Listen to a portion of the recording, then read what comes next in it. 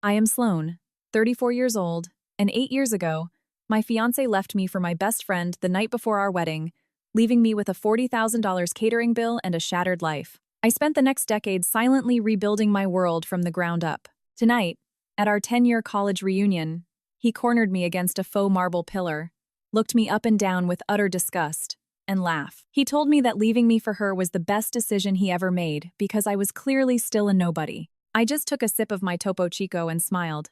5 minutes later, the doors to the ballroom swung open, and a billionaire CEO that everyone in the Wall Street corporate world recognized walked in carrying a 5-year-old boy. My former best friend dropped her glass of Napa Cabernet as the CEO walked straight up to me, kissed my cheek, and the little boy yelled out, "Mommy." The heavy bass of the ballroom sound system vibrated through the soles of my custom Tom Ford heels.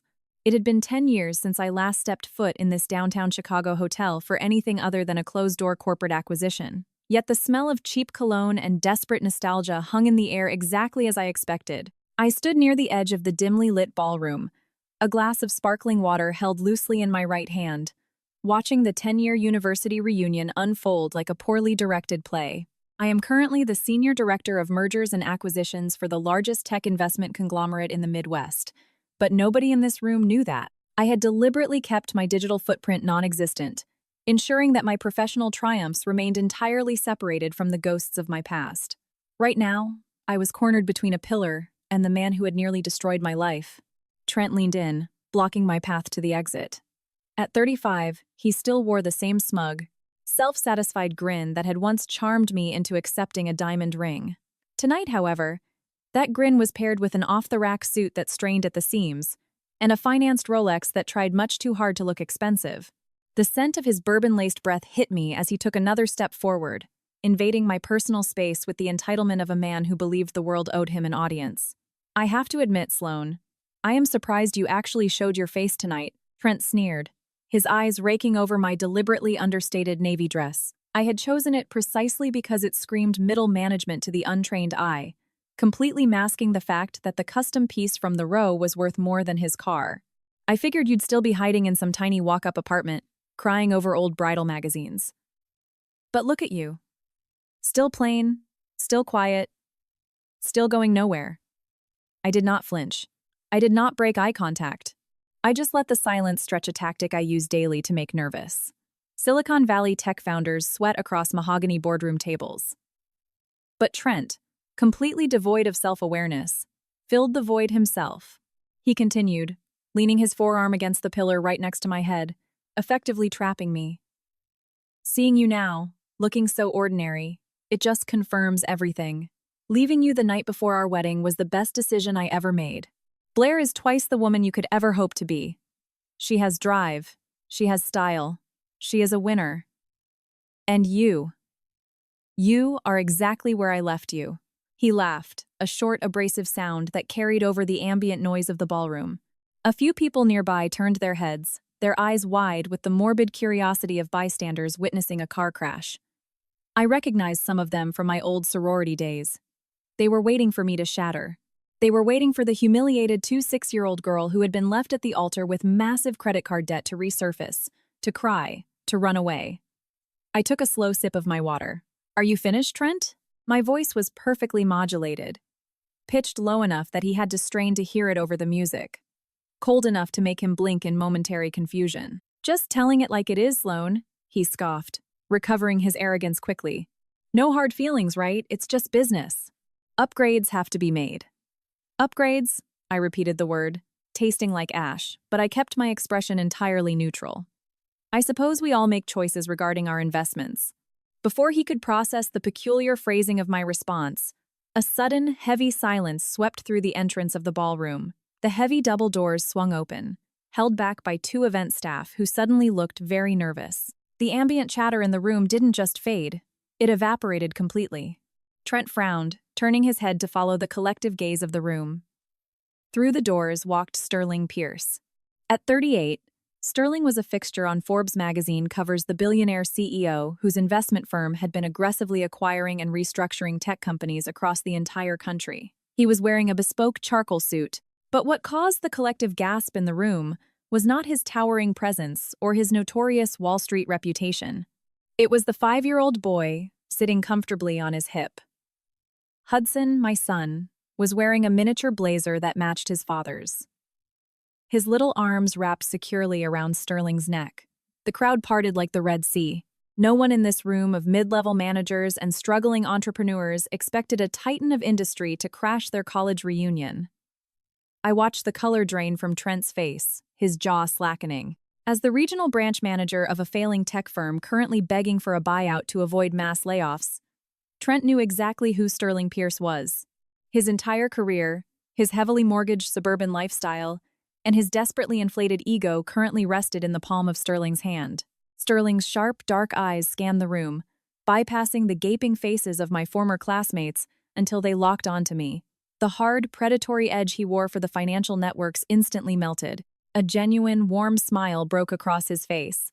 He walked with purpose, ignoring the frantic whispers erupting around him, cutting a straight path toward the corner where Trent was currently rooted to the floor in absolute paralysis.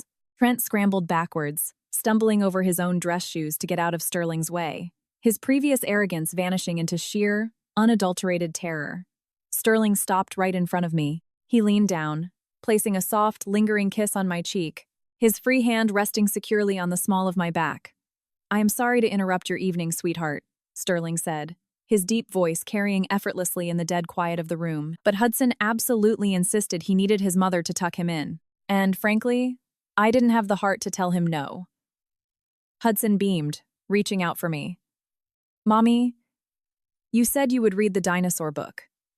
"I did say that, didn't I, my love?" I murmured, running my hand through Hudson's dark hair before looking up at my husband. "You are right on time, Sterling." From across the room, the sharp, unmistakable sound of shattering glass pierced the silence. I shifted my gaze past Sterling's shoulder. Blair, draped in a flashy sequin dress that I knew for a fact her boutique's dwindling accounts couldn't afford, stood frozen near the open bar. The stem of her wineglass was still clutched in her hand, while the bowl lay in glittering shards at her feet, a pool of red wine seeping into the expensive carpet like blood. She was staring at me, her eyes wide with a horrific realization. I looked back at Trent. He was hyperventilating, his eyes darting frantically between Sterling Pierce, the child calling me mommy, and me. The man who had just bragged about his massive upgrade was currently suffocating under the weight of his own insignificance. I smiled. It was a cold, razor-sharp expression. The night had only just begun. The shock vibrating through the ballroom was a tangible electric current, but as I stood there, enveloped in the protective presence of my husband and son, my mind violently snapped back to the exact moment this war had begun. The contrast between the absolute power I held in this room tonight and the crushing vulnerability I experienced 8 years ago was staggering. I needed to remember the pain of that night. I needed to let the ghost of the 6-year-old Sloane surface for just a fraction of a second so that the execution of my current plan would be carried out with the merciless precision it required. 8 years ago, I was standing on a velvet pedestal in a cramped, overly perfumed bridal boutique in Chicago's Gold Coast. The heavy silk of my wedding dress cascaded around me in a pool of ivory. It was the evening before my wedding day. The shop was closed to the public, the owner having stayed late just for my final fitting. I was exhausted, stressed about seating charts, and anxious about the weather forecast. But beneath it all, I was profoundly happy. Or at least I thought I was. The scent of lavender and freshly steamed tulle hung thick in the air. I remember shifting my weight from one foot to the other, feeling the delicate lace bodice pinch slightly against my ribs. I had been planning this day for over a year. Every detail had been meticulously arranged, every vendor paid, every RSVP logged in a massive spreadsheet. I believed I was standing on the precipice of my happily ever after. My phone had buzzed in my purse, which was sitting on a velvet ottoman a few feet away. I stepped off the pedestal, the heavy fabric rustling against the hardwood floor, and pulled the phone from my bag. It was a text from Trent. It wasn't about the rehearsal dinner or the tuxedo. It was exactly 3 lines long.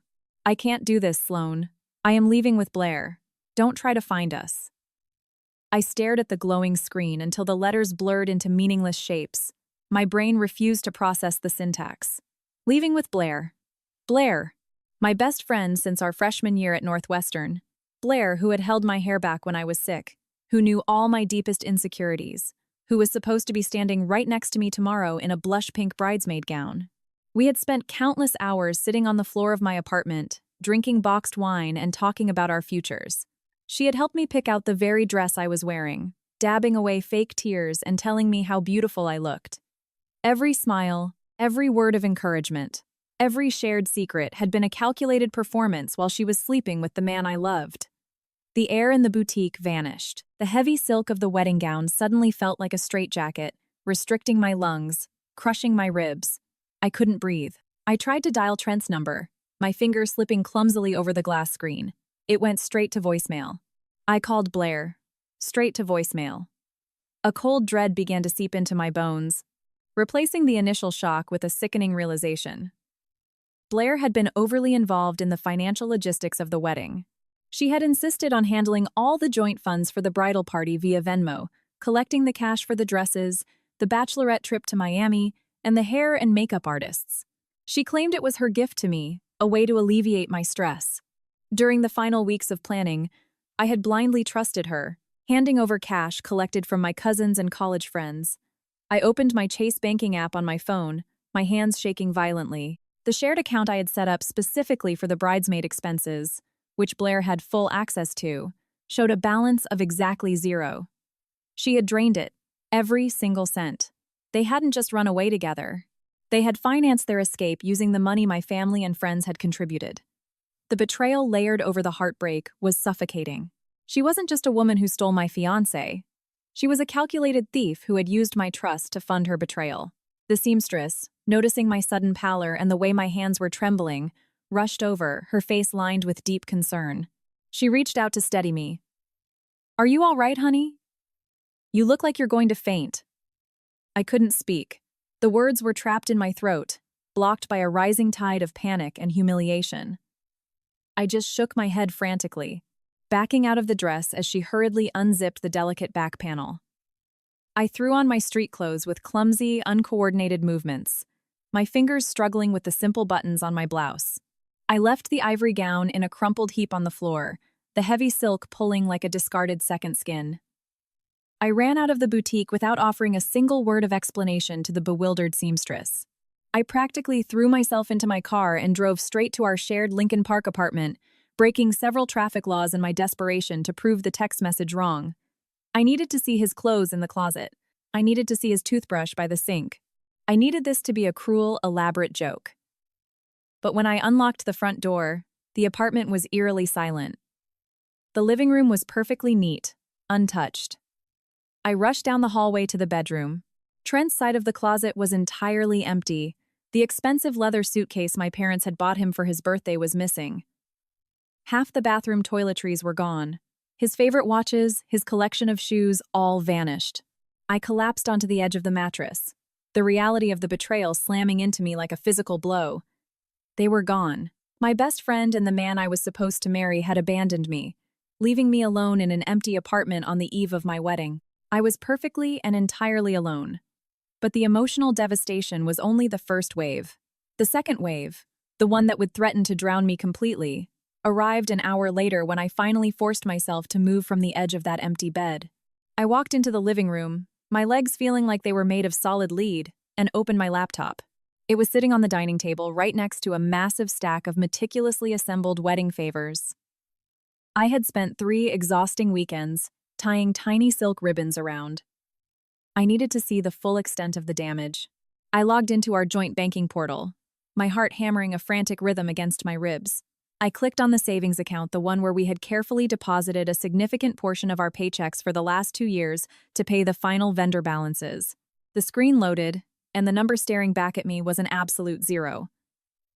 A sharp metallic taste flooded the back of my throat. I refreshed the page, desperately convincing myself it was a technical glitch, a server error, a temporary delay in the banking application. The screen reloaded. The balance remained 0.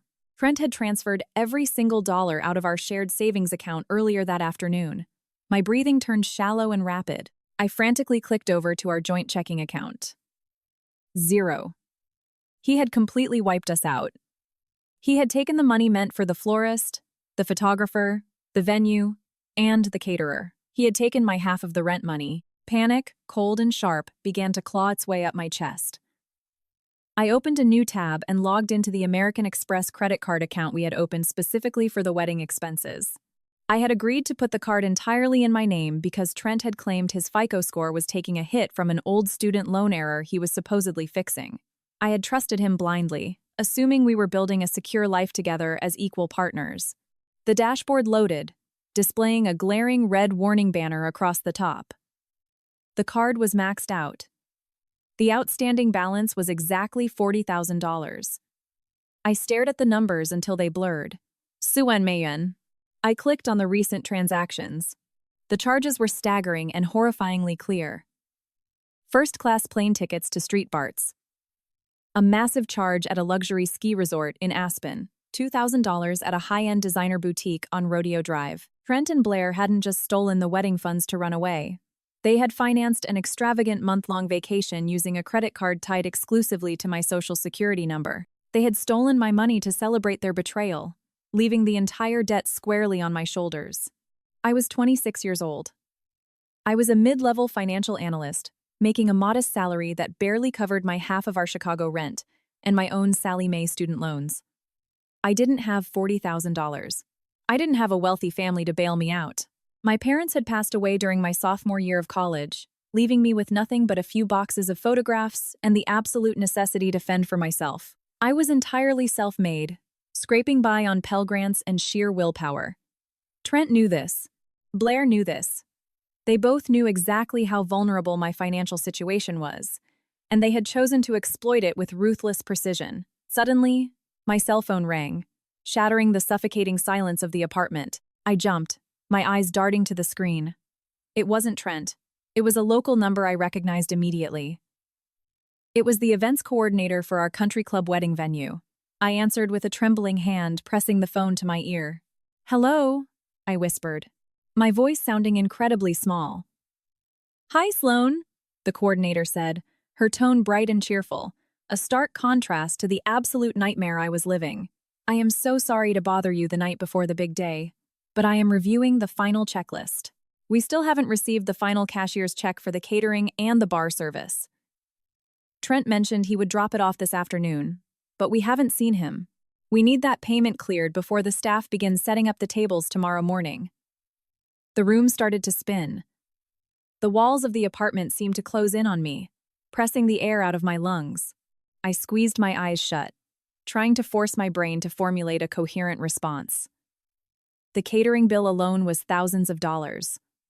The money was gone. The wedding was gone. The man I loved was gone. "There isn't going to be a wedding," I choked out, the words tearing at my throat. The cheerful demeanor on the other end of the line vanished instantly. "Excuse me, Sloan? Did you say the wedding is canceled?" "Yes," I said, a tear finally escaping and tracing a hot path down my cheek. "The wedding is canceled. I don't have the money. He took the money. He left. Please, just cancel everything." I hung up the phone before she could respond, before I had to hear the pity in her voice, or the inevitable discussion about cancellation fees and non-refundable deposits. I let the phone drop from my hand, watching it clatter onto the hardwood floor. I sank to my knees, surrounded by the physical evidence of a future that had just been violently erased. The seating charts, the customized napkins, the expensive invitations we had spent hours addressing. It was all garbage now. The financial ruin loomed over me like a tidal wave. $40,000 in high-interest credit card debt. A broken lease on an apartment I could no longer afford on a single income. The impending calls from angry vendors demanding their final payments. At 26, my credit score was about to be obliterated. My savings were non-existent. I was facing a level of financial devastation that took people decades to recover from. The sheer magnitude of the betrayal was paralyzing. Trent and Blair hadn't just broken my heart. They had actively, maliciously conspired to destroy my financial future in the United States.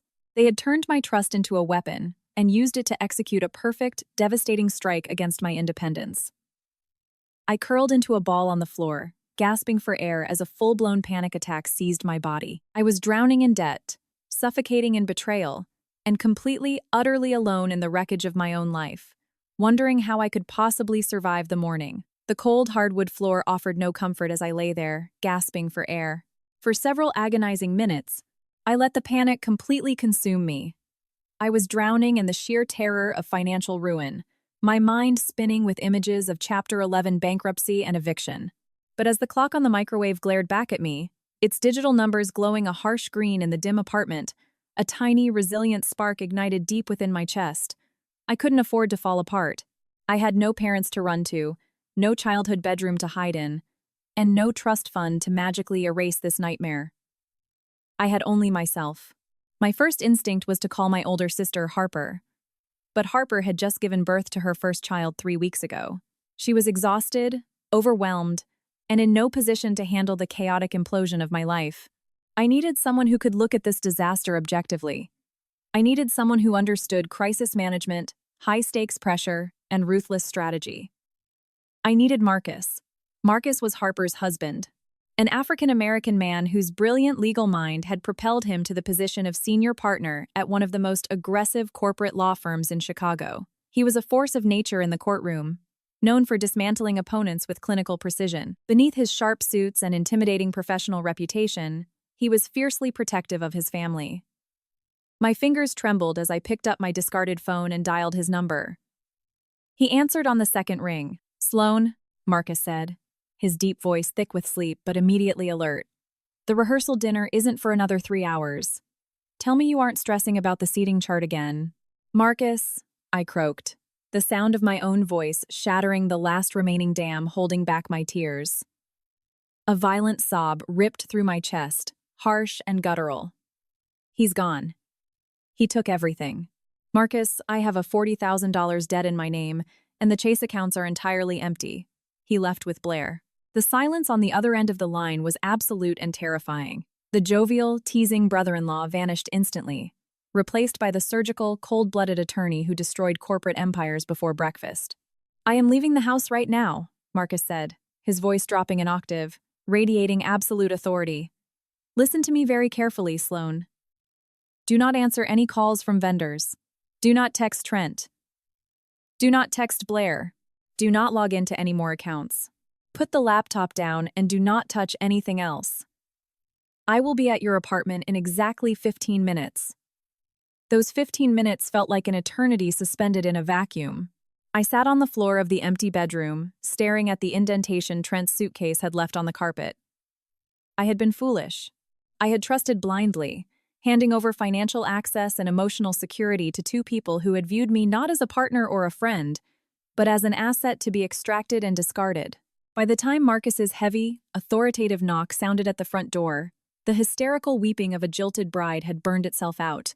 I opened the door. Marcus swept into the apartment, still wearing his sweatpants and a Northwestern University hoodie, but carrying his leather briefcase like a shield. He took one look at my tear-stained face and the discarded wedding favors on the table, pulled me into a brief, crushing hug, and then immediately shifted into battle mode. "Sit down," he commanded, opening his laptop and placing it on the dining table. "Give me your phone. Give me every single login for every account that has your social security number attached to it." For the next 4 hours, Marcus turned my dining room into a war room. He was a machine, moving with a calculated speed that left me in awe. He immediately contacted American Express's fraud department because Trent and Blair were not authorized users on the specific card they used for their extravagant vacation. Marcus aggressively argued that the charges were fraudulent. He threatened immediate legal action against the bank if they didn't freeze the account and launch a formal investigation into the unauthorized charges. Next, he systematically locked down my SSN, placed hard freezes on my credit reports across Equifax, Experian, and TransUnion, and revoked Trent's access to the apartment's resident portal. When the country club coordinator tried calling back, Marcus answered my phone. He deployed a stream of legalese so intimidating and complex that the coordinator immediately backed down, agreeing to halt all setup and direct any future correspondence exclusively to his law firm. He isolated the damage. He built a legal firewall around my remaining assets, ensuring that Trent couldn't extract another single dime from my name. By the time the sun began to rise, casting a pale gray light over Lake Michigan, the immediate bleeding had been stopped. The $40,000 debt was now locked in a fierce legal dispute, buying me crucial time. The vendors were legally barred from harassing me. Marcus closed his laptop and looked at me, and Ren, his dark eyes filled with a mixture of sympathy and intense pride. You survived the night, Sloan. Now we plan for the rest of your life. I walked into the bathroom and stared at my reflection in the mirror. My eyes were red and swollen, my skin pale and blotchy.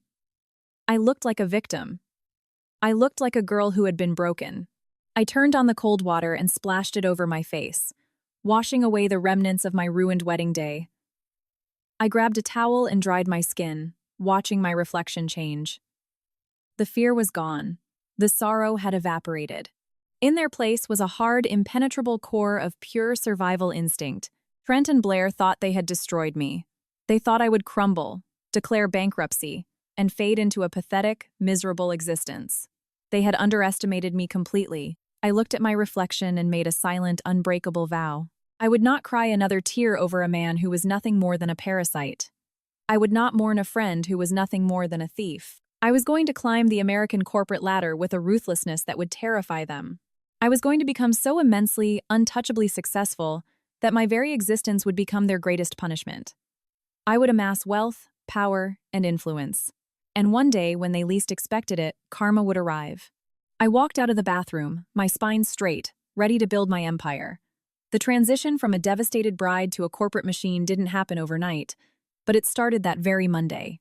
I walked into my mid-level financial analyst job in the Loop, wearing a sharply tailored suit I had bought from a consignment shop, and a demeanor so cold it made my supervisor hesitate before speaking to me. The pitying looks from coworkers who had been invited to the canceled wedding bounced off my newfound armor. I didn't entertain their hushed questions. I didn't accept their sympathetic coffee offers. I simply sat at my desk, opened my spreadsheets, and began the relentless, exhausting process of working myself to the bone. My entry into the mergers and acquisitions sector was entirely strategic. The M&A sector was the most cutthroat, high-stakes division on Wall Street and LaSalle Street. It was a vicious, male-dominated arena where weakness was instantly punished, and burnout was treated as a badge of honor. That was exactly where I needed to be.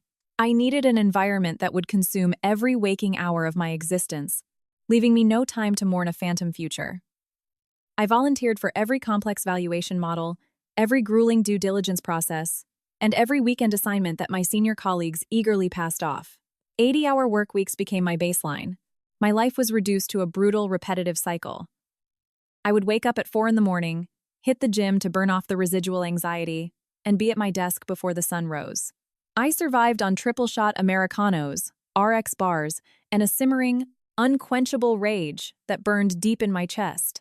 While my peers were out networking at upscale rooftop bars or complaining about work-life balance, I was buried in SEC filings, analyzing corporate vulnerabilities, and learning how to dismantle companies from the inside out. The debt was a constant, suffocating weight.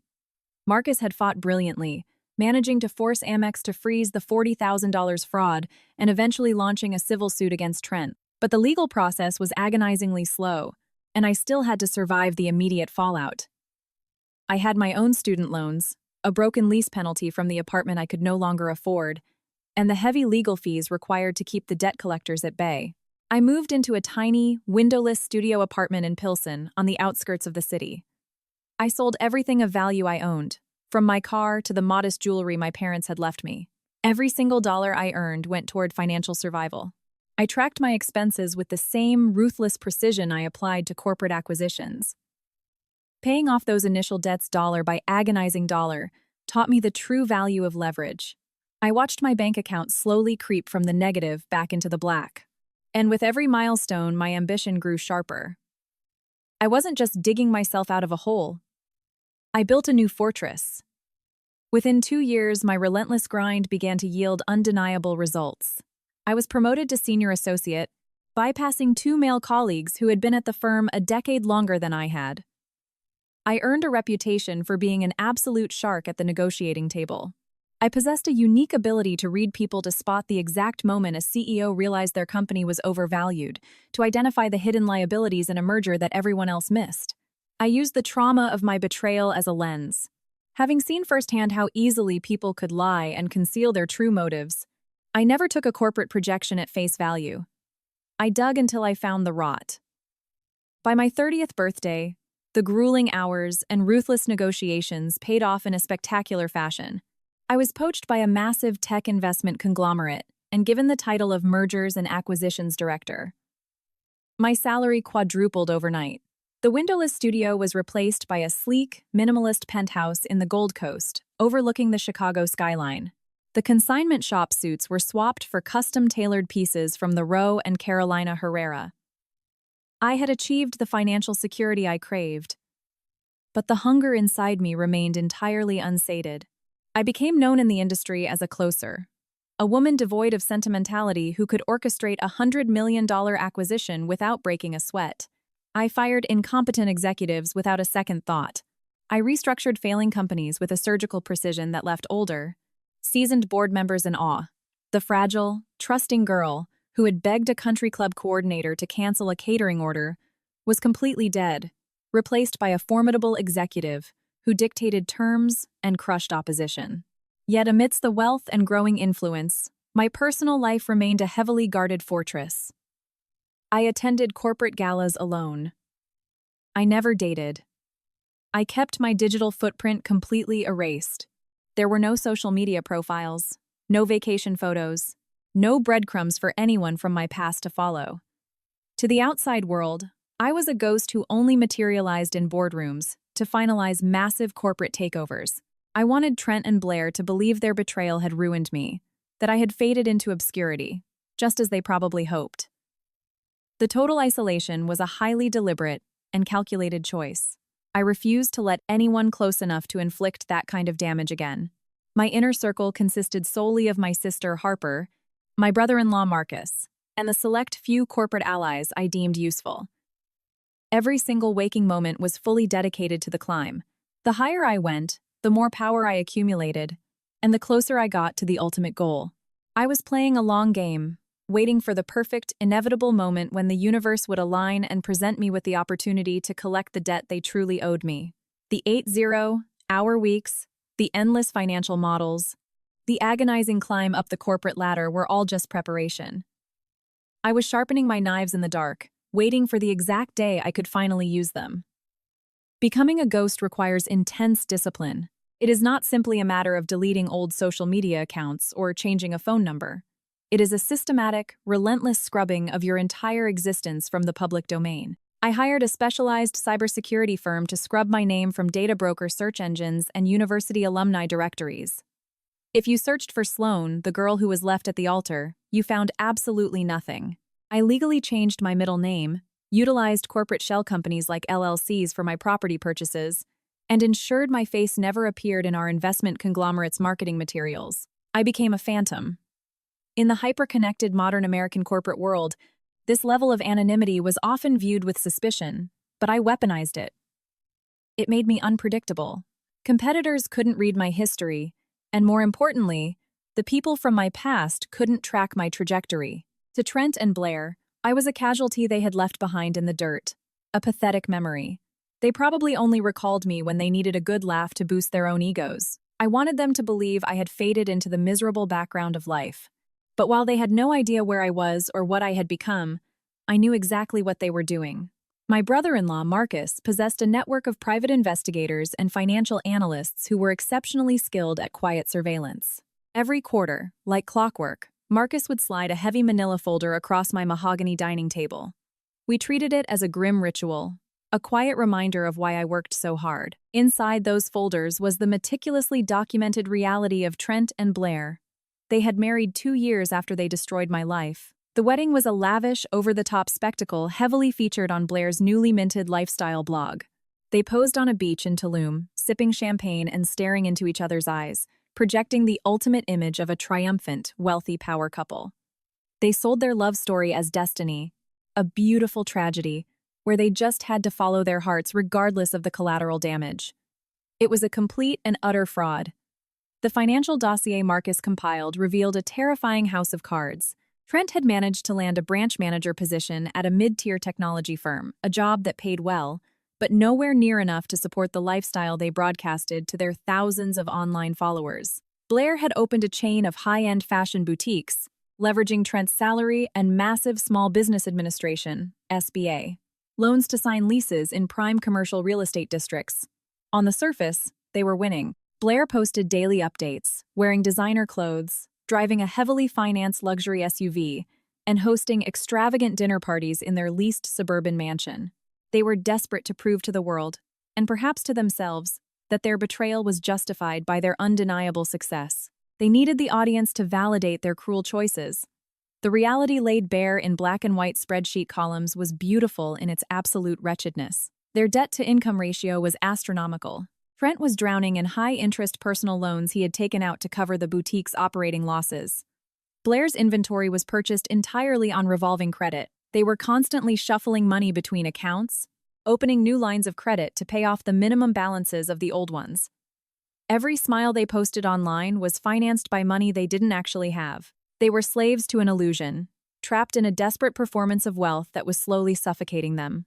They thought they had upgraded, but they had simply built a golden cage of compound interest and impending bankruptcy. The $40,000 debt they had dumped on me years ago was pocket change compared to the financial crater they had dug for themselves. The contrast between their frantic, debt-fueled performance and my own quiet, untouchable reality was staggering. While Blair was staging photo shoots with handbags she couldn't afford, I was quietly purchasing commercial real estate through anonymous trusts. While Trent was sweating over his monthly car lease payments, I was directing billion-dollar acquisitions and earning bonuses that exceeded his entire lifetime earning potential. My wealth was not for show. It was cold, hard, liquid power.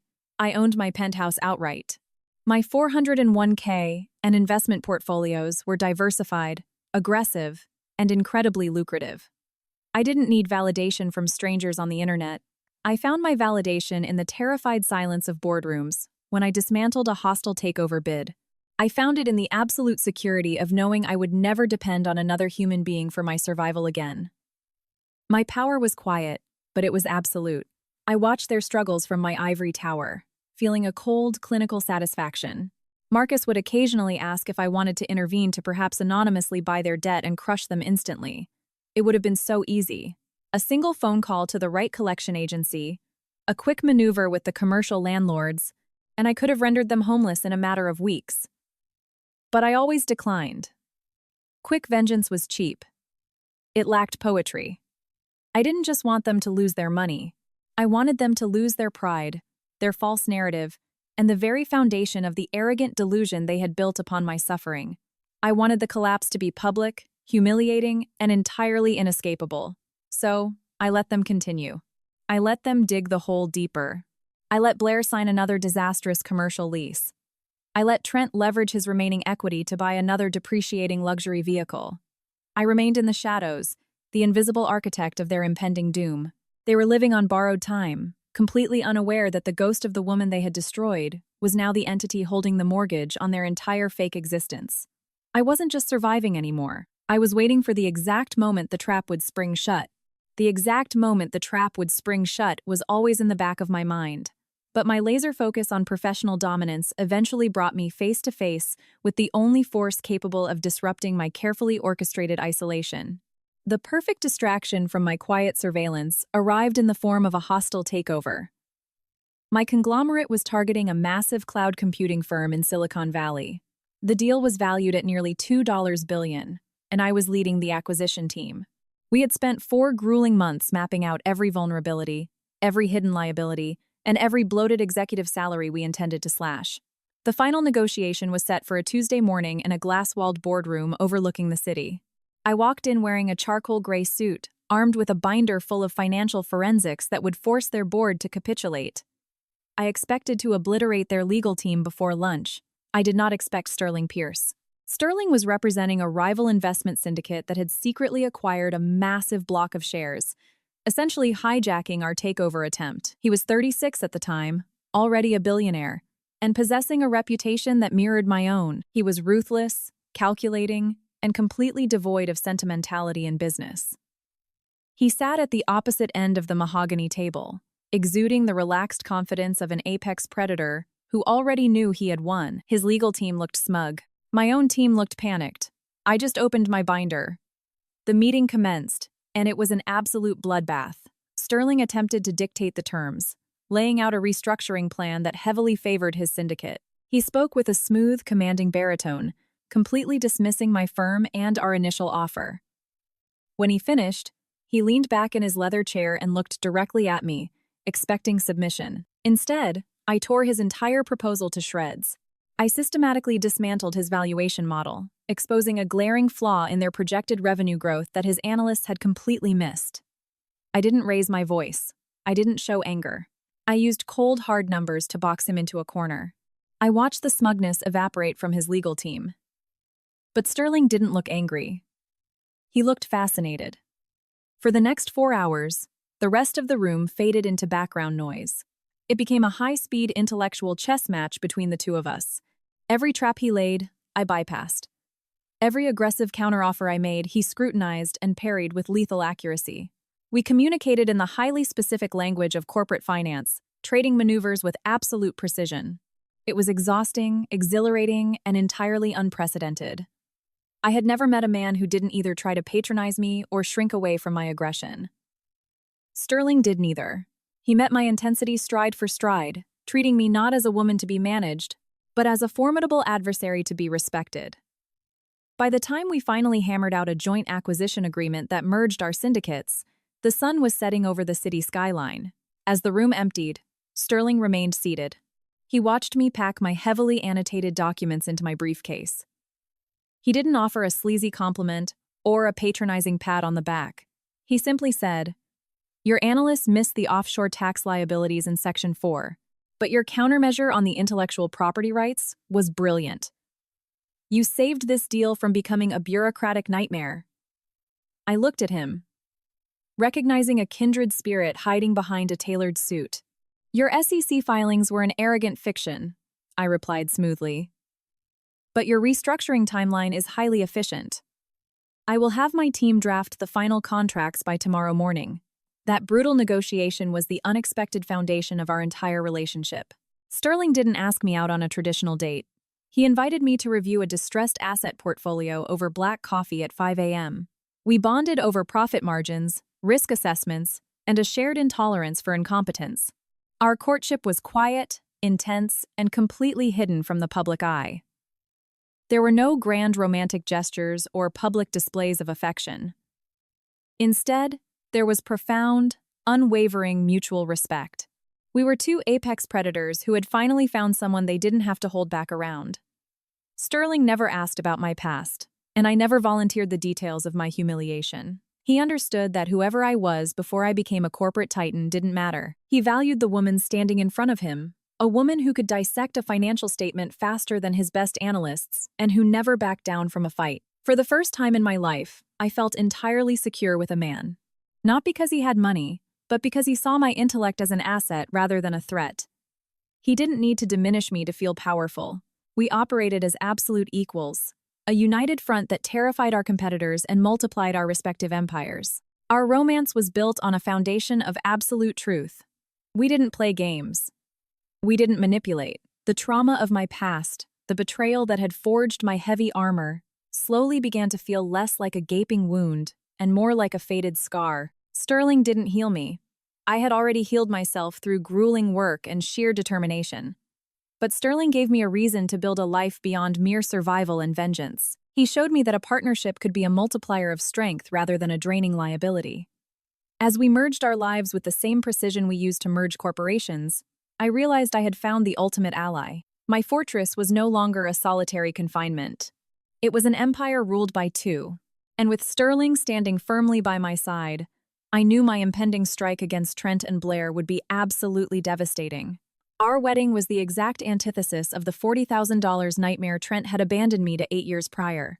There were no embossed invitations, no sprawling guest lists, and absolutely no velvet pedestals or overpriced Vera Wang silk gowns.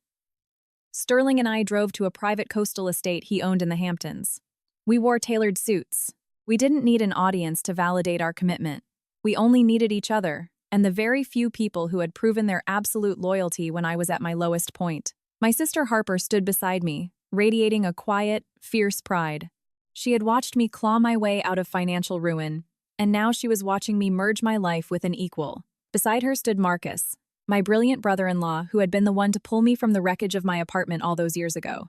Now, this towering, impeccably dressed African-American legal shark stood as the official witness to the most powerful merger of my life. The ceremony was short, legally binding, and deeply profound. We drank a single bottle of vintage champagne on the terrace overlooking the Atlantic. It was the cementing of an unbreakable alliance. That afternoon on the terrace solidified what I had come to call my chosen family. I had learned the hard way that proximity and shared history did not equal loyalty. Loyalty was forged in the trenches. Sterling understood this perfectly. He integrated seamlessly with Harper and Marcus, recognizing instantly that they were not just my relatives, but my most trusted advisors. The synergy between Sterling and Marcus was particularly lethal. They were two men who operated at the absolute highest echelons of corporate power. Within months of our wedding, Marcus formally transitioned from his senior partnership at his old firm to become the chief legal officer for our newly combined investment conglomerate.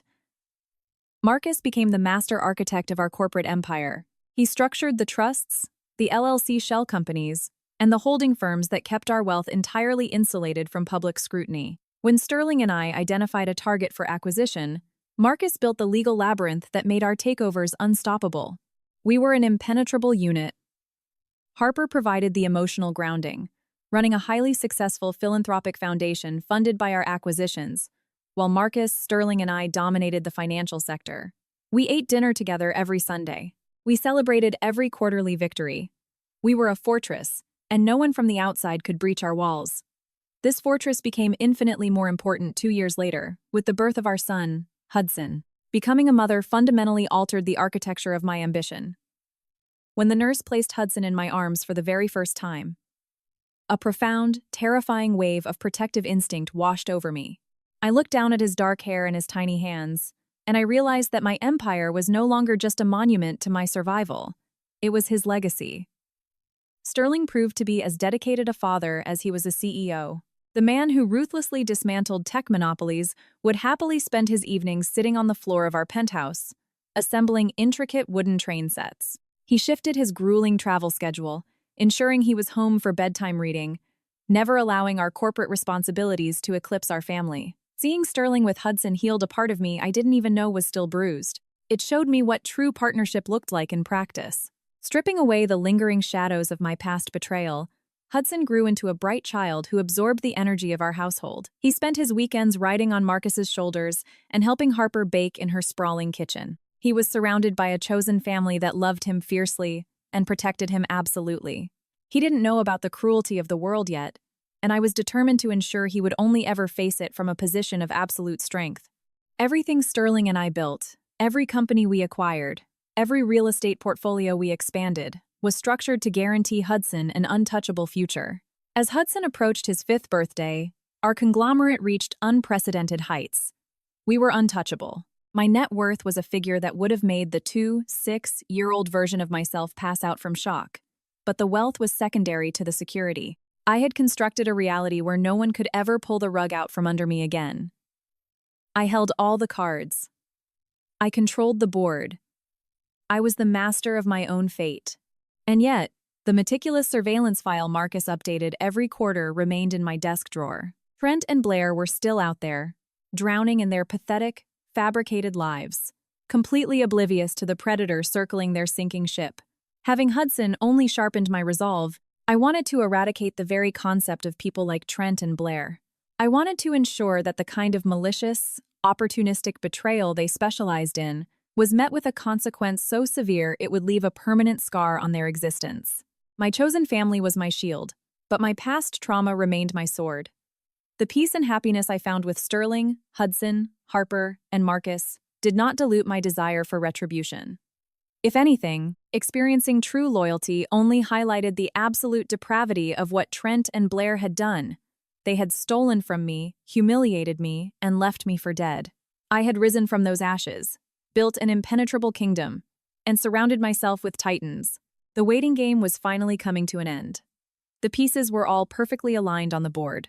All I needed now was the right bait to draw them out of their miserable little lives and directly into the crosshairs of my perfectly constructed corporate guillotine. The opportunity to drop the blade of that corporate guillotine presented itself on a rainy Tuesday morning. It didn't arrive with a dramatic flourish or a blaring siren. It arrived in a thick, cream-colored envelope tucked neatly between a quarterly earnings report and a charity gala invitation on my mahogany desk. I picked up the envelope, noting the gold-embossed seal of my former university. Inside was a heavy cardstock invitation to our 10-year college reunion.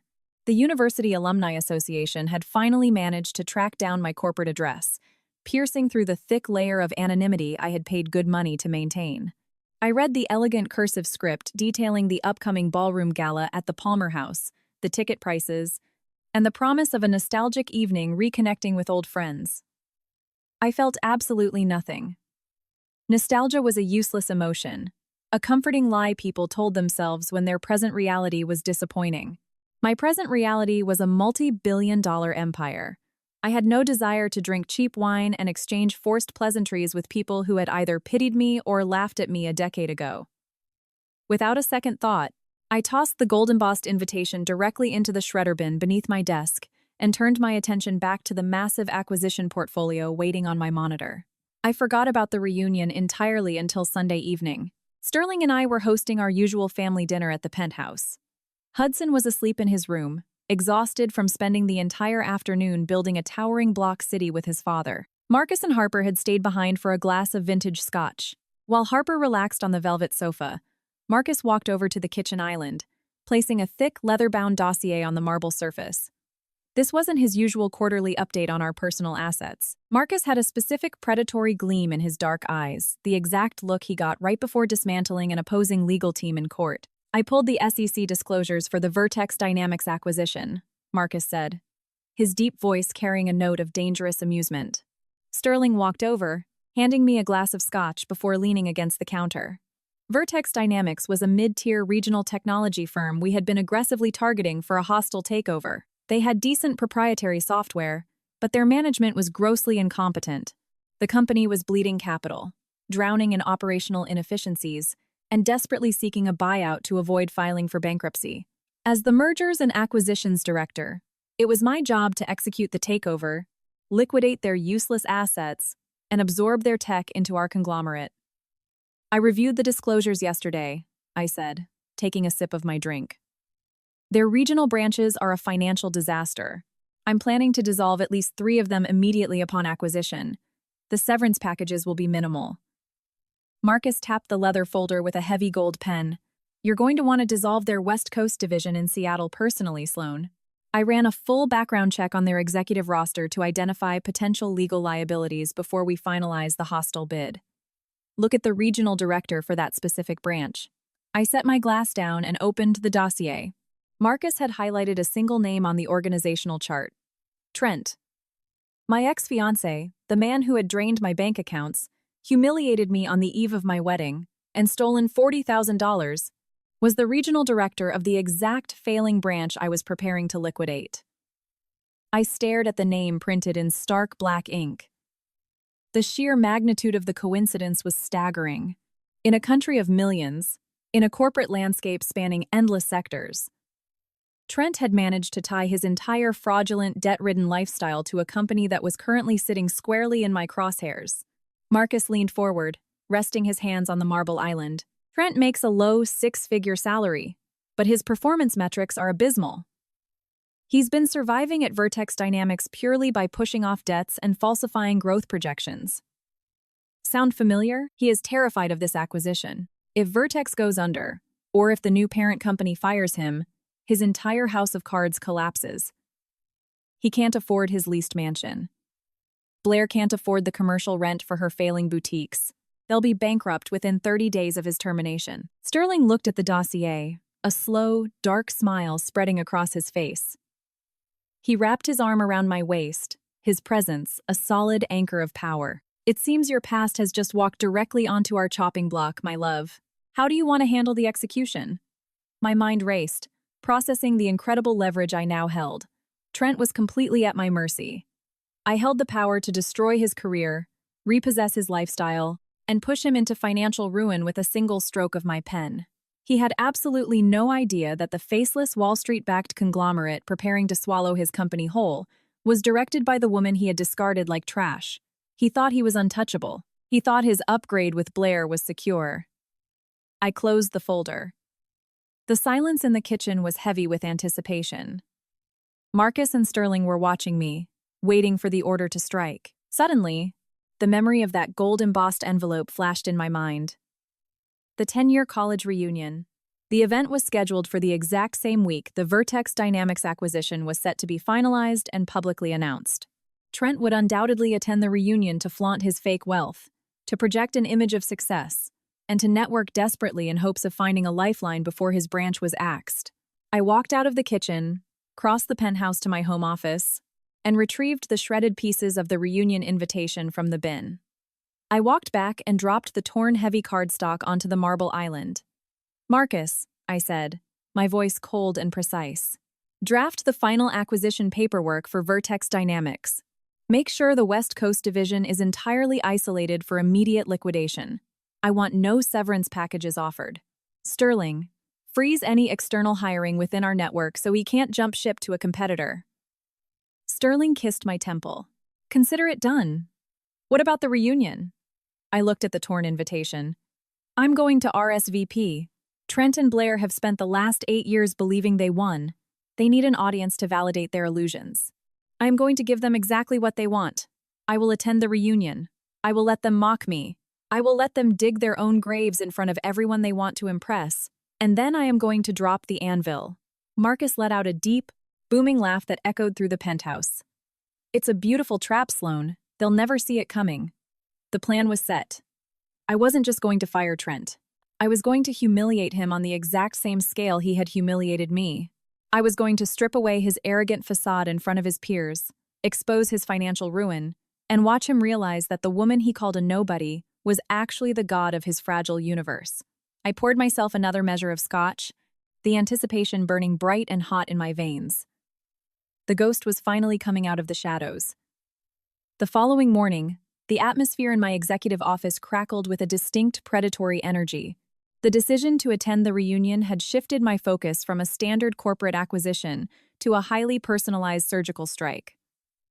I arrived at the conglomerate headquarters before the sun had even crested the city skyline, bypassing the usual morning briefings to lock myself inside my suite. I needed to dissect every single variable of the trap we were setting. Trent was already neatly packaged for slaughter on the corporate chopping block, but a hostile takeover of his tech branch was only half the equation. To truly dismantle the illusion they had built over the last 8 years, I needed to obliterate Blair entirely. I sat behind my desk, booting up my secure terminal as Marcus walked through the double-glass doors. He carried 2 massive cups of black coffee and a secondary leather-bound folder, much thicker than the one he had presented at the penthouse the night before. He placed the coffee in front of me and dropped the folder with a heavy, satisfying thud. "We handled Trent last night," Marcus said, pulling up a chair and unbuttoning his suit jacket. "But I promised you a complete forensic breakdown of their combined liabilities. If you want to burn their kingdom to the ground, you need to see exactly what Blair has been doing with her boutique chain." I opened the folder.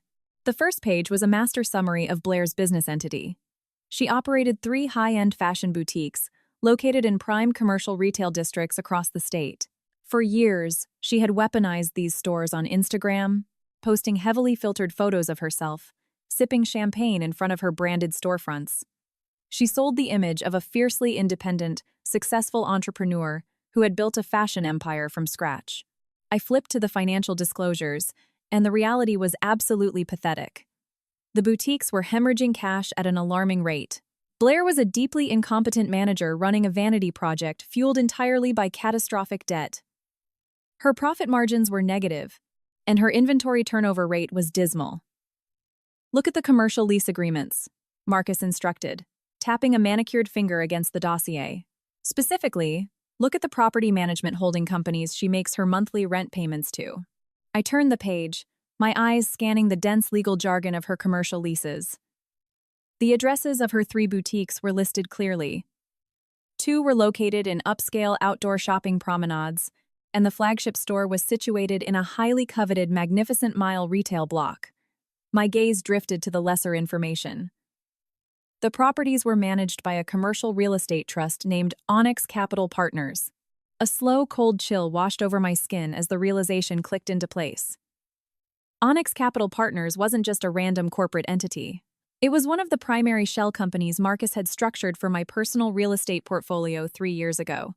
I used it to acquire distressed commercial properties, renovate them, and lease them out to high-yield tenants. It was a completely anonymous trust, heavily insulated by layers of corporate privacy laws, ensuring my name never appeared on a single public tax record. I looked up at Marcus, my heart hammering a steady, triumphant rhythm against my ribs.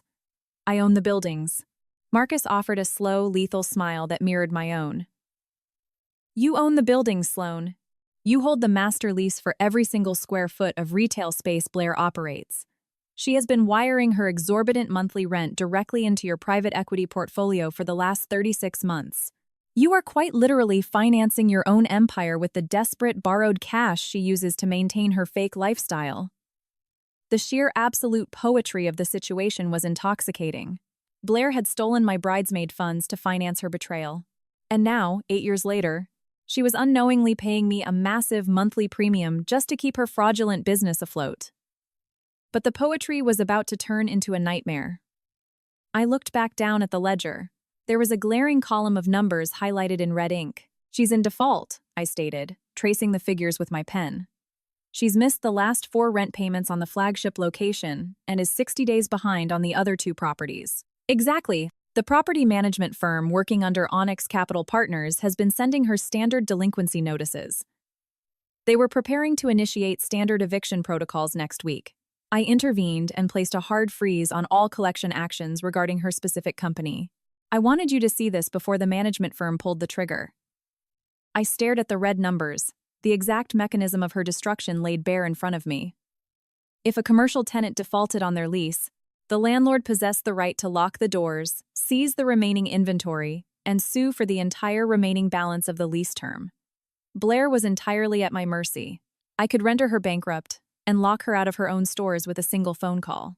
The dominoes were perfectly set in a flawless, inescapable line. Trent was about to lose his job, his income, and his professional reputation in my hostile takeover. Simultaneously, Blair was about to lose her business, her inventory, and her storefronts to my eviction notice. They were entirely dependent on these 2 fragile pillars to uphold their arrogant, debt-fueled reality. And I held the sledgehammer that would smash both pillars at the exact same time. Don't let the property management firm send another warning, I instructed Marcus, my voice cold and resolute. Have our internal legal team draft the final eviction notices, the asset seizure warrants, and the lawsuit for the breached contract damages. But hold the paperwork. Do not file it with the courts, and do not serve her. Marcus nodded, his legal mind already processing the timeline. You want to serve her after the reunion? I want to serve her the morning after the reunion, I corrected, closing the leather-bound folder with a sharp, decisive snap. I want them to walk into that ballroom feeling like royalty. I want them to look me in the eye, mock my plain clothes, and brag about their incredible success. I want them to reach the absolute highest peak of their arrogant delusion, because when they wake up the next morning, Trent will receive his termination papers from my acquisition team, and Blair will find chains on the doors of her boutiques courtesy of my real estate trust. Marcus stood up, gathering the coffee cups. He looked down at me with profound respect. You're going to dismantle them so thoroughly, they won't even have ashes left to sweep up. As Marcus walked out of my office, I turned my chair to face the floor-to-ceiling windows overlooking the city. Below me, millions of people rushed through their day, completely oblivious to the financial warfare being waged in the towers above. Trent and Blair were somewhere out there, likely stressing over their credit card limits while picking out expensive outfits for the reunion. They thought they had won the game 8 years ago by breaking all the rules. They had no idea the game was already over. The ghost had stepped out of the shadows, locked the doors, and set the building on fire. The flames were invisible, but the heat was already rising.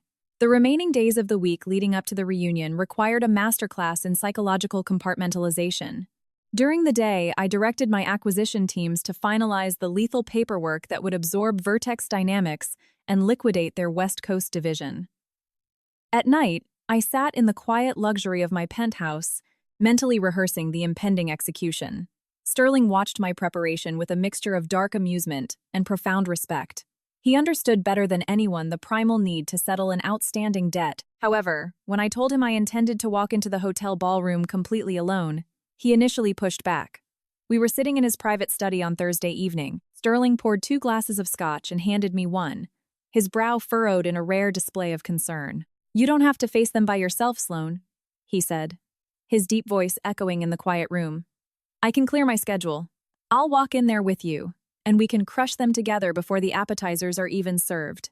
I smiled, taking a slow sip of the amber liquid. I knew Sterling wanted nothing more than to stand beside me and physically shield me from the people who had caused me such profound agony. But deploying a billionaire CEO as a shield was exactly what a weak person would do. "I need them to think I'm weak, Sterling," I explained, leaning back against the leather sofa. "If I walk in there on your arm, dripping in diamonds, and flanked by your personal security detail, they'll immediately know they've lost. They'll cower and apologize and play the victim. I don't want their apologies. I want their absolute, unadulterated arrogance. I want them to look at me and feel superior. I need them to dig the hole as deep as possible so that when the dirt finally caves in, they have absolutely no way out. You and Hudson will make your entrance later. Let me set the stage first." Sterling slowly nodded, his eyes gleaming with a predatory understanding. He clinked his glass against mine, conceding to my strategy. The next phase of my preparation was entirely aesthetic. I needed a costume that projected failure, or at least a very mundane, middle-class mediocrity. This was the art of stealth wealth. The truly wealthy don't need to scream their net worth through massive logos or flashy accessories. They whisper it through flawless tailoring and exclusive fabrics that only the trained eye can recognize. Trent and Blair did not possess trained eyes. They were obsessed with the loud, desperate performance of wealth, heavily branded belts, leased luxury cars, and giant synthetic diamonds. They equated visible branding with actual success.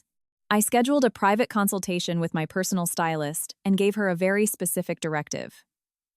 I needed an outfit that a struggling mid-level manager would wear to a reunion to desperately prove she was doing fine. My stylist produced a navy blue sheath dress. It was entirely unbranded, lacking any visible logos or flashy hardware. To the untrained eye, it looked like something purchased off the rack at Ann Taylor for maybe $200.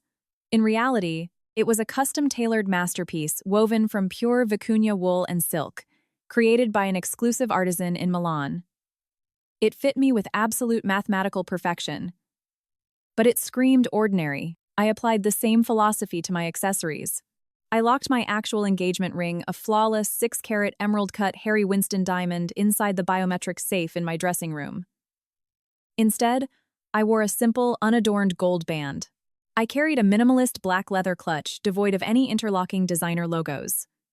I wore absolutely no jewelry other than a pair of small pearl earrings. I instructed my makeup artist to create a look that was polished but tired, utilizing muted tones that made me look slightly overworked and profoundly unimpressive. I wanted to look exactly like the tragic, jilted bride they expected to see. On the evening of the reunion, I stood in front of the full-length mirror in my dressing room, performing a final psychological check. I stared deeply into my own eyes, searching for any lingering trace of the terrified 6-year-old girl who had hyperventilated on the floor of an empty apartment. She was gone. The woman staring back at me was cold, calculating, and entirely untouchable. I was a corporate titan masquerading as prey. The adrenaline coursing through my veins was a heavy, intoxicating narcotic. I wasn't walking into a reunion. I was walking into a slaughterhouse. And I was holding all the locks. I bypassed my usual transportation. I instructed my driver to leave my customized armored SUV in the underground garage. I certainly wasn't going to pull up to the reunion venue in a chauffeured $500,000 luxury tank. Instead, Marcus had quietly arranged for a standard mid-range sedan, a generic silver Chevy Malibu rental car that blended perfectly into the mundane traffic of the city. I grabbed the keys, descended into the garage, and drove myself into the downtown district. The drive was an exercise in absolute mental discipline. The rain-slicked streets reflected the neon lights of the financial district, the very buildings I owned and operated within. I thought about the sheer magnitude of the empire Marcus, Sterling, and I had built.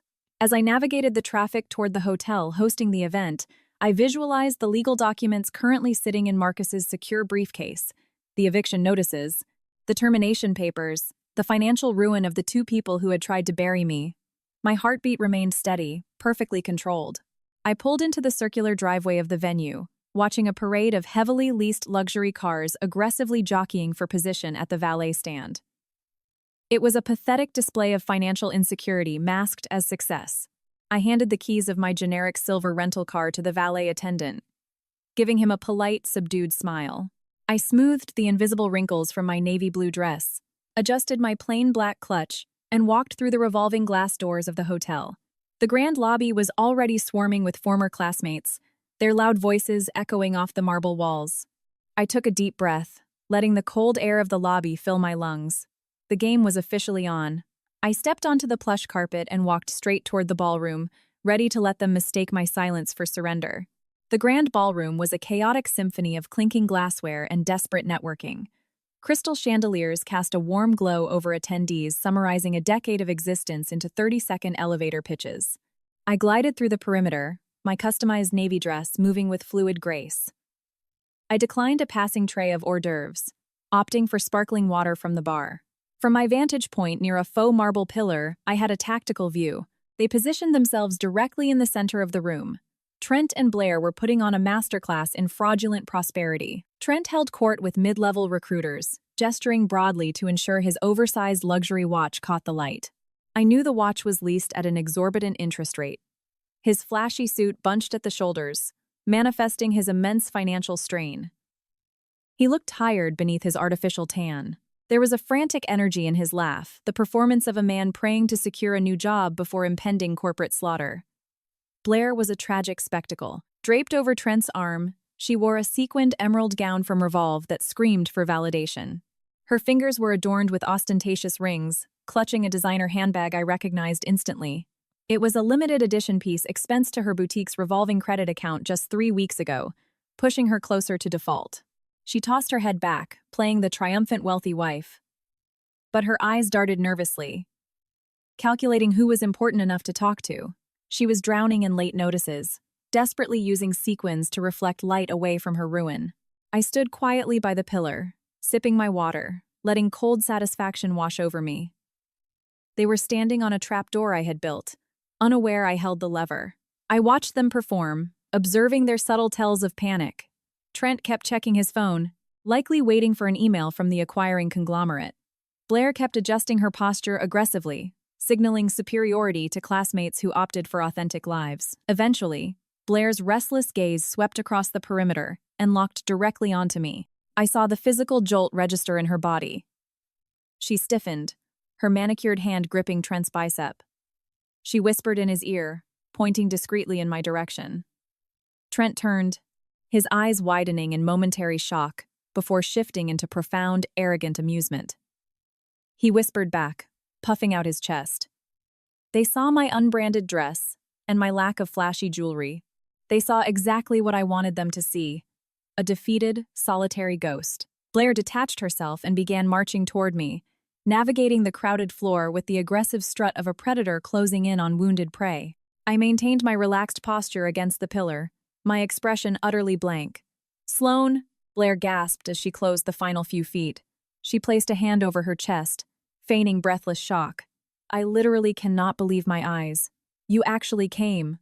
I took a slow, measured breath. "Hello, Blair." She stepped closer, her perfume a suffocating cloud of synthetic jasmine.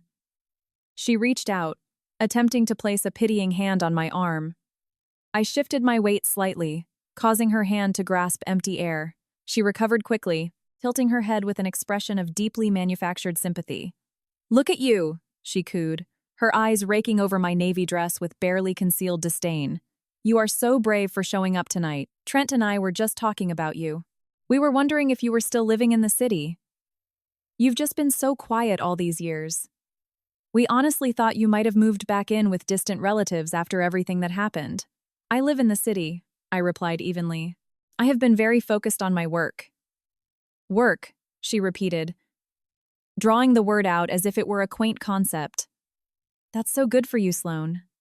Keeping busy is important for the healing process. What is it you're doing now? Still crunching numbers in a cubicle somewhere? The corporate grind can be exhausting when doing it all on your own." "I work in acquisitions," I stated simply. "It keeps me fully occupied." Blair offered a condescending smile. "Well, as long as it pays the rent," Trent and I have been so incredibly blessed. He's the regional director at his tech firm now. My boutiques are expanding so rapidly it's hard to keep up. We're looking at buying a second vacation home soon. We feel so lucky that we followed our hearts. The sheer audacity of her lie was a masterpiece of human delusion. She was standing there weeks away from having padlocks placed on her storefronts by my legal team, bragging about buying a vacation home. It took every ounce of my disciplined corporate training not to laugh directly in her heavily contoured face. That sounds remarkably ambitious, I said, allowing ice to creep into my tone. Expansion requires a great deal of capital. I hope your commercial leases are securely managed.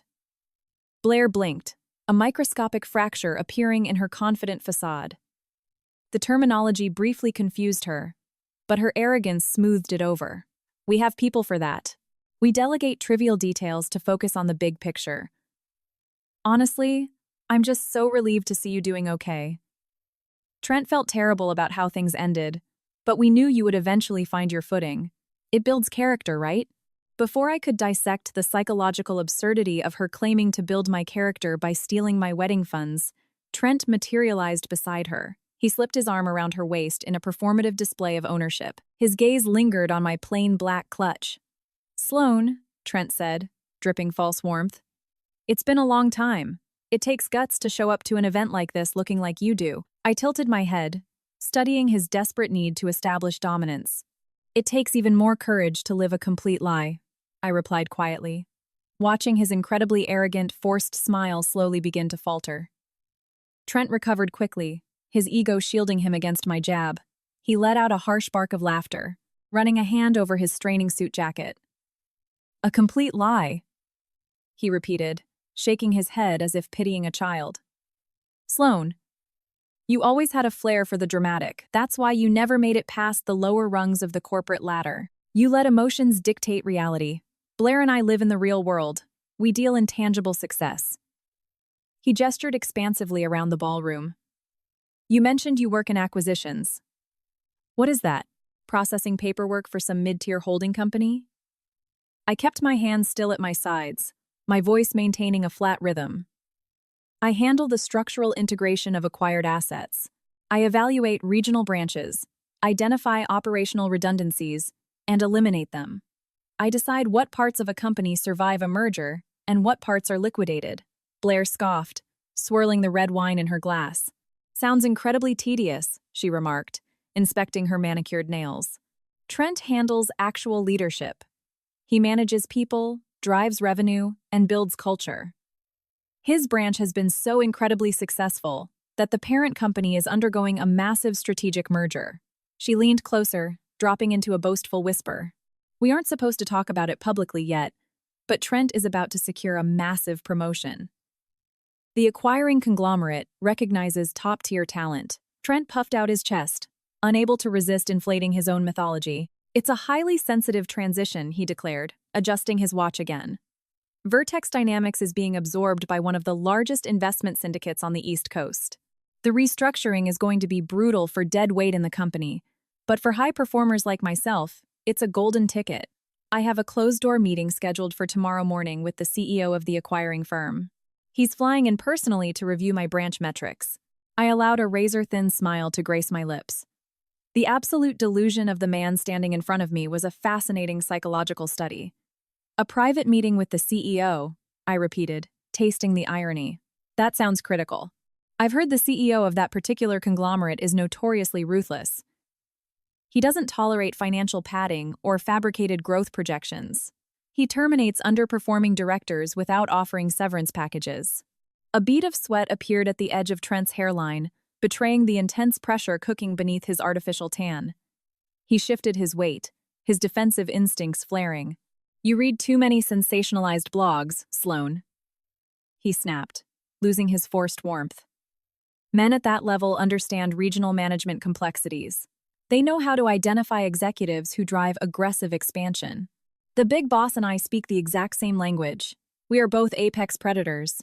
Once I present my quarterly turnaround strategy tomorrow, he will have no choice but to name me Senior Vice President." "It's a guaranteed promotion," Blair chimed in, stepping closer to Trent. "We are already meeting with our broker next week to look at properties in the hills." The bonus structure alone will completely transform our portfolio. It's just a whole different stratosphere of wealth. Sloan, you probably can't even conceptualize the numbers we're dealing with. I looked at Blair, locking onto her with cold, predatory stillness. I could conceptualize the numbers perfectly. I had personally authorized the foreclosure protocols on her 3 boutique locations just yesterday. I knew the exact dollar amount of the devastating legal fees she was about to face. I'm sure the numbers are staggering, I replied smoothly. Maintaining multiple commercial leases while anticipating a corporate merger requires a delicate balancing act. One wrong move, and the entire structure collapses. Trent scowled, clearly annoyed that I wasn't awed by his impending ascension. We don't worry about collapse, he stated firmly. We build solid foundations. That's the difference between us and you. You play it safe, hiding in the background, nursing ancient grudges. We take massive risks and reap massive rewards. Tomorrow morning, my entire career elevates to the executive board level, and you will still be sitting in a cubicle processing paperwork for other people's victories. Before I could respond, a palpable shift in the ballroom atmosphere commanded our attention. The low hum of networking and forced laughter tapered off, replaced by a rising tide of frantic, hushed whispers. The string quartet playing softly in the corner abruptly stopped mid-measure. The heavy wooden double doors at the main entrance were suddenly flanked by 4 men wearing dark suits and earpieces. These were not standard event security. They moved with the synchronized, hyper-vigilant precision of an executive protection detail. Trent noticed the shift immediately. He craned his neck, trying to see over the crowd forming near the entrance. "What's going on?" he muttered, his bravado temporarily forgotten as he strained to identify the source of the commotion. The tension in the room thickened, transforming the air into a heavy weight. The event organizers scurried nervously around the entrance, speaking into their headsets. A few of our former classmates recognized the security detail and began elbowing each other, their faces pale with shock. The murmurs sweeping through the crowd carried fragments of a name that caused Trent's entire body to go rigid. "Is that someone famous?" Blair whispered, her voice trembling. "Trent, look at the doors. People say a billionaire just walked in. Why would someone like that be at our college reunion?" Trent didn't answer. He stared at the entrance, his jaw locked, his eyes wide with a sudden, inexplicable terror. The arrogant executive who had just bragged about his impending promotion was rapidly devolving into a panicked animal realizing he was trapped in a cage. I stood perfectly still, my posture relaxed, my hands empty. The trap I had spent 8 years building was finally springing shut, and the executioner was walking right through the front door. Sterling Pierce stepped through the double mahogany doors with the effortless command of a man who owned the building and everyone inside it. He wore a bespoke charcoal suit that draped perfectly over his broad shoulders. But it was the child resting comfortably on his left hip that completely short-circuited the ballroom. Hudson, wearing a miniature blazer identical to his father's, scanned the sea of stunned faces with bright, curious eyes. The ambient noise of the reunion died instantly. The only sound was the synchronized clicking of Sterling's polished Oxfords against the marble entryway as he bypassed the frantic event organizers. The string quartet had ceased playing entirely. Trent began to hyperventilate. I watched the arrogant flush completely drain from his face, leaving behind a sickly, ashen gray. His chest heaved beneath his strained suit jacket. He recognized Sterling immediately. Every executive at Vertex Dynamics had memorized the face of the billionaire orchestrating their hostile takeover. Trent's hands, previously tucked confidently into his pockets, were now shaking visibly at his sides. He took a stumbling half-step backward, instinctively trying to use Blair as a human shield. The man who had just claimed to be an apex predator was visibly shrinking into a terrified prey animal. Blair remained oblivious to the corporate hierarchy, but she understood wealth and power. She stared at Sterling with hungry, wide eyes, completely misreading the situation. She smoothed her sequin dress, adjusting her posture as if hoping to catch the billionaire's eye, entirely unaware that the man she was ogling was the architect of her impending financial slaughter. She desperately wanted to be noticed by the most important person in the room. Sterling cut a straight path through the parted crowd, ignoring the frantic whispers of my former classmates. He didn't look left or right. His dark, predatory eyes locked directly onto me. The ruthless corporate titan persona melted instantly, replaced by a warm, genuine smile reserved exclusively for his family. He stopped right in front of our small, tense circle. The collective gasp from the surrounding crowd was audible. He leaned down, placing a soft, lingering kiss on my cheek, his free hand resting securely on the small of my back. "I am sorry to interrupt your evening, sweetheart," Sterling said, his deep voice carrying effortlessly in the dead quiet of the room. But Hudson absolutely insisted he needed his mother to tuck him in, and frankly, I didn't have the heart to tell him no. Hudson beamed, reaching his little arms out for me. "Mommy, you said you would read the dinosaur book." I smiled, running my hand through his dark hair, feeling the solid, grounding presence of my son. "I did say that, didn't I, my love?" "You are right on time, Sterling." The sharp, unmistakable sound of shattering crystal pierced the silence. Blair stood frozen, her fingers still curled around the stem of her wineglass, while the bowl lay in glittering shards at her feet. A pool of red wine seeped into the expensive carpet like blood. Her jaw was slack, her eyes darting frantically between Sterling, Hudson, and me. The cognitive dissonance was breaking her brain. The woman she had just mocked for working in a cubicle was holding a billionaire's heir and being kissed by a corporate titan. Sterling turned his attention to the trembling man standing inches away. Trent was practically vibrating with terror. His breathing was ragged, his eyes wide and bloodshot. Sterling extended his free hand with lethal politeness. "Sterling Pierce," he said, his voice dropping into the cold, authoritative register he used in boardrooms. "I don't believe we have been formally introduced, though I recognize your name from the restructuring files. You're Trent, the regional director of the West Coast division of Vertex Dynamics." Trent swallowed hard, his Adam's apple bobbing erratically. A bead of sweat rolled down his temple, cutting a path through his artificial tan. He reached out with a trembling, clammy hand to shake Sterling's grasp. "Yes, sir. It is an absolute honor, Mr. Pierce. I have a meeting scheduled with you tomorrow morning regarding the transition. I have prepared a comprehensive, aggressive turnaround strategy for the entire region." Sterling withdrew his hand, his expression turning to stone. "Actually, Trent, your meeting is not with me.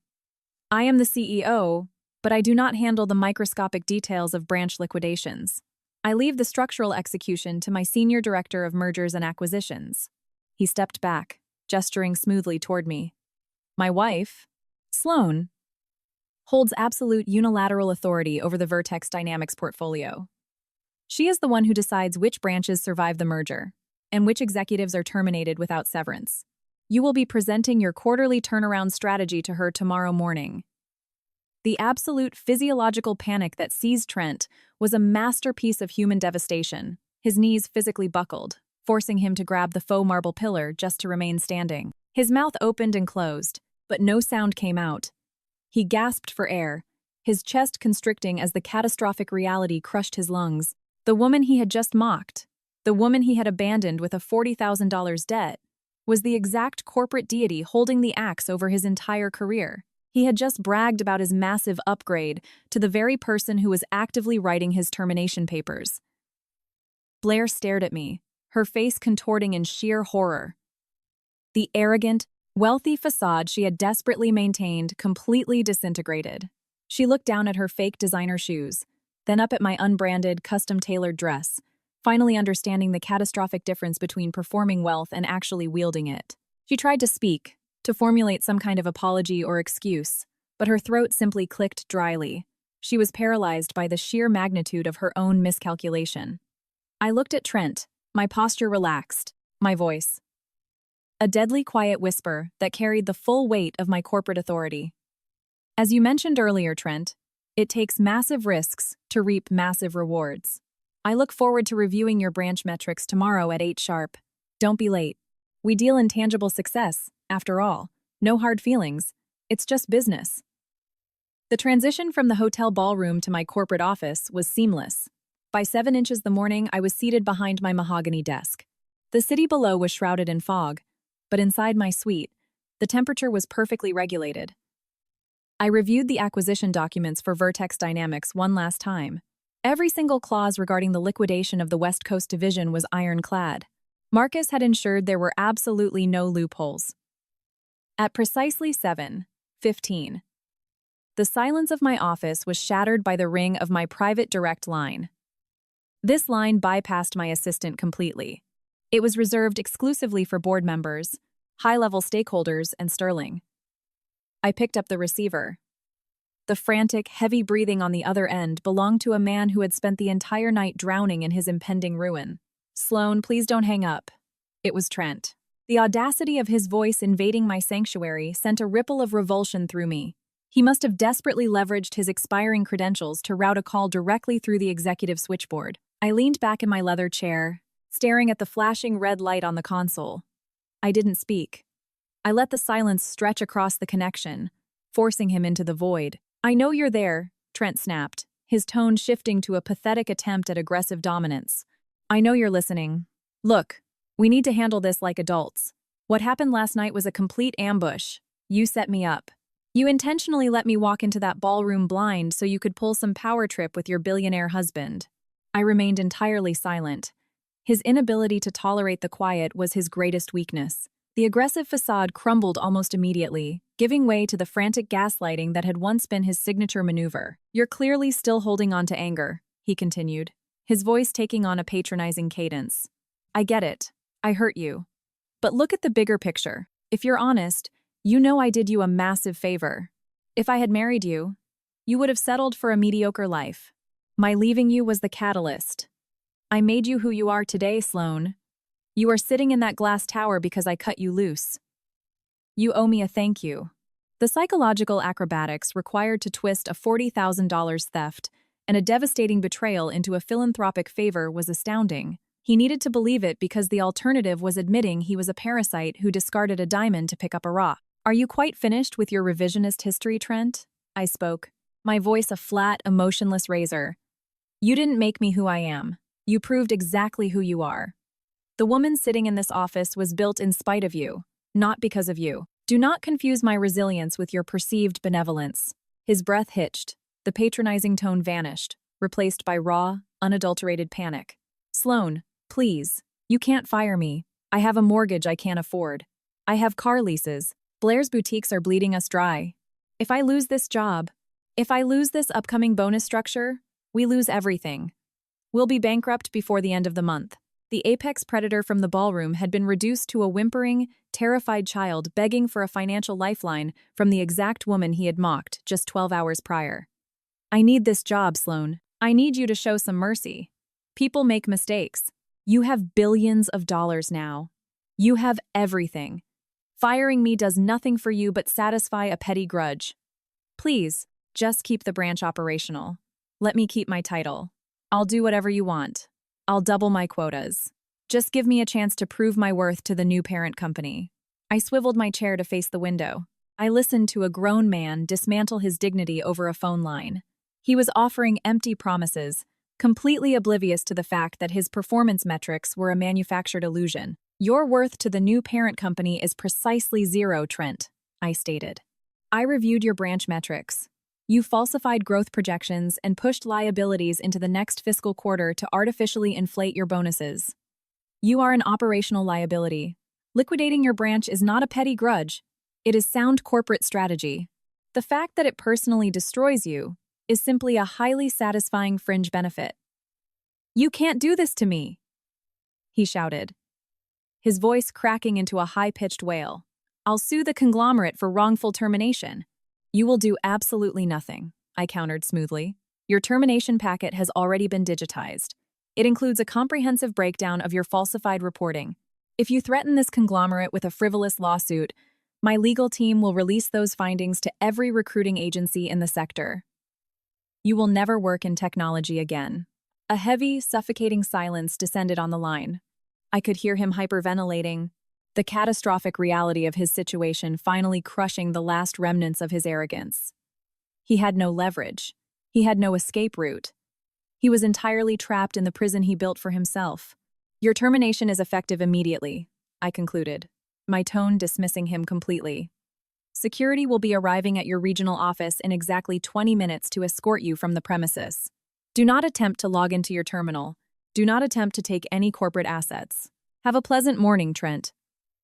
I pressed the flashing red button on the console, severing the connection, and plunging my office back into absolute pristine silence. The first pillar of their fraudulent kingdom had just been demolished. I took a calm, deliberate sip of my coffee, savoring the bitter, dark flavor Trent was handled. Now it was time to prepare the battlefield for Blair. The internal communication system on my desk chimed with a soft, urgent tone. It was my executive assistant filtering a call from the ground floor security desk. I tapped the blinking console. "Miss Pierce," my assistant said, her voice conveying a mixture of professional calm and slight alarm. "Security is holding a woman in the main lobby. She doesn't have an appointment, and she is becoming highly agitated. She claims to be a close personal friend of yours, a Miss Blair." I leaned back in my leather chair, a slow, predatory smile touching my lips. The second pillar was crumbling even faster than I had anticipated. The sheer audacity required to ambush a secure corporate headquarters without an appointment was a testament to her absolute desperation. "Don't have security remove her," I instructed smoothly. "Tell them to direct her to the private executive receiving lounge on the second floor. I will meet her there." I stood up, smoothing the invisible lines of my tailored suit.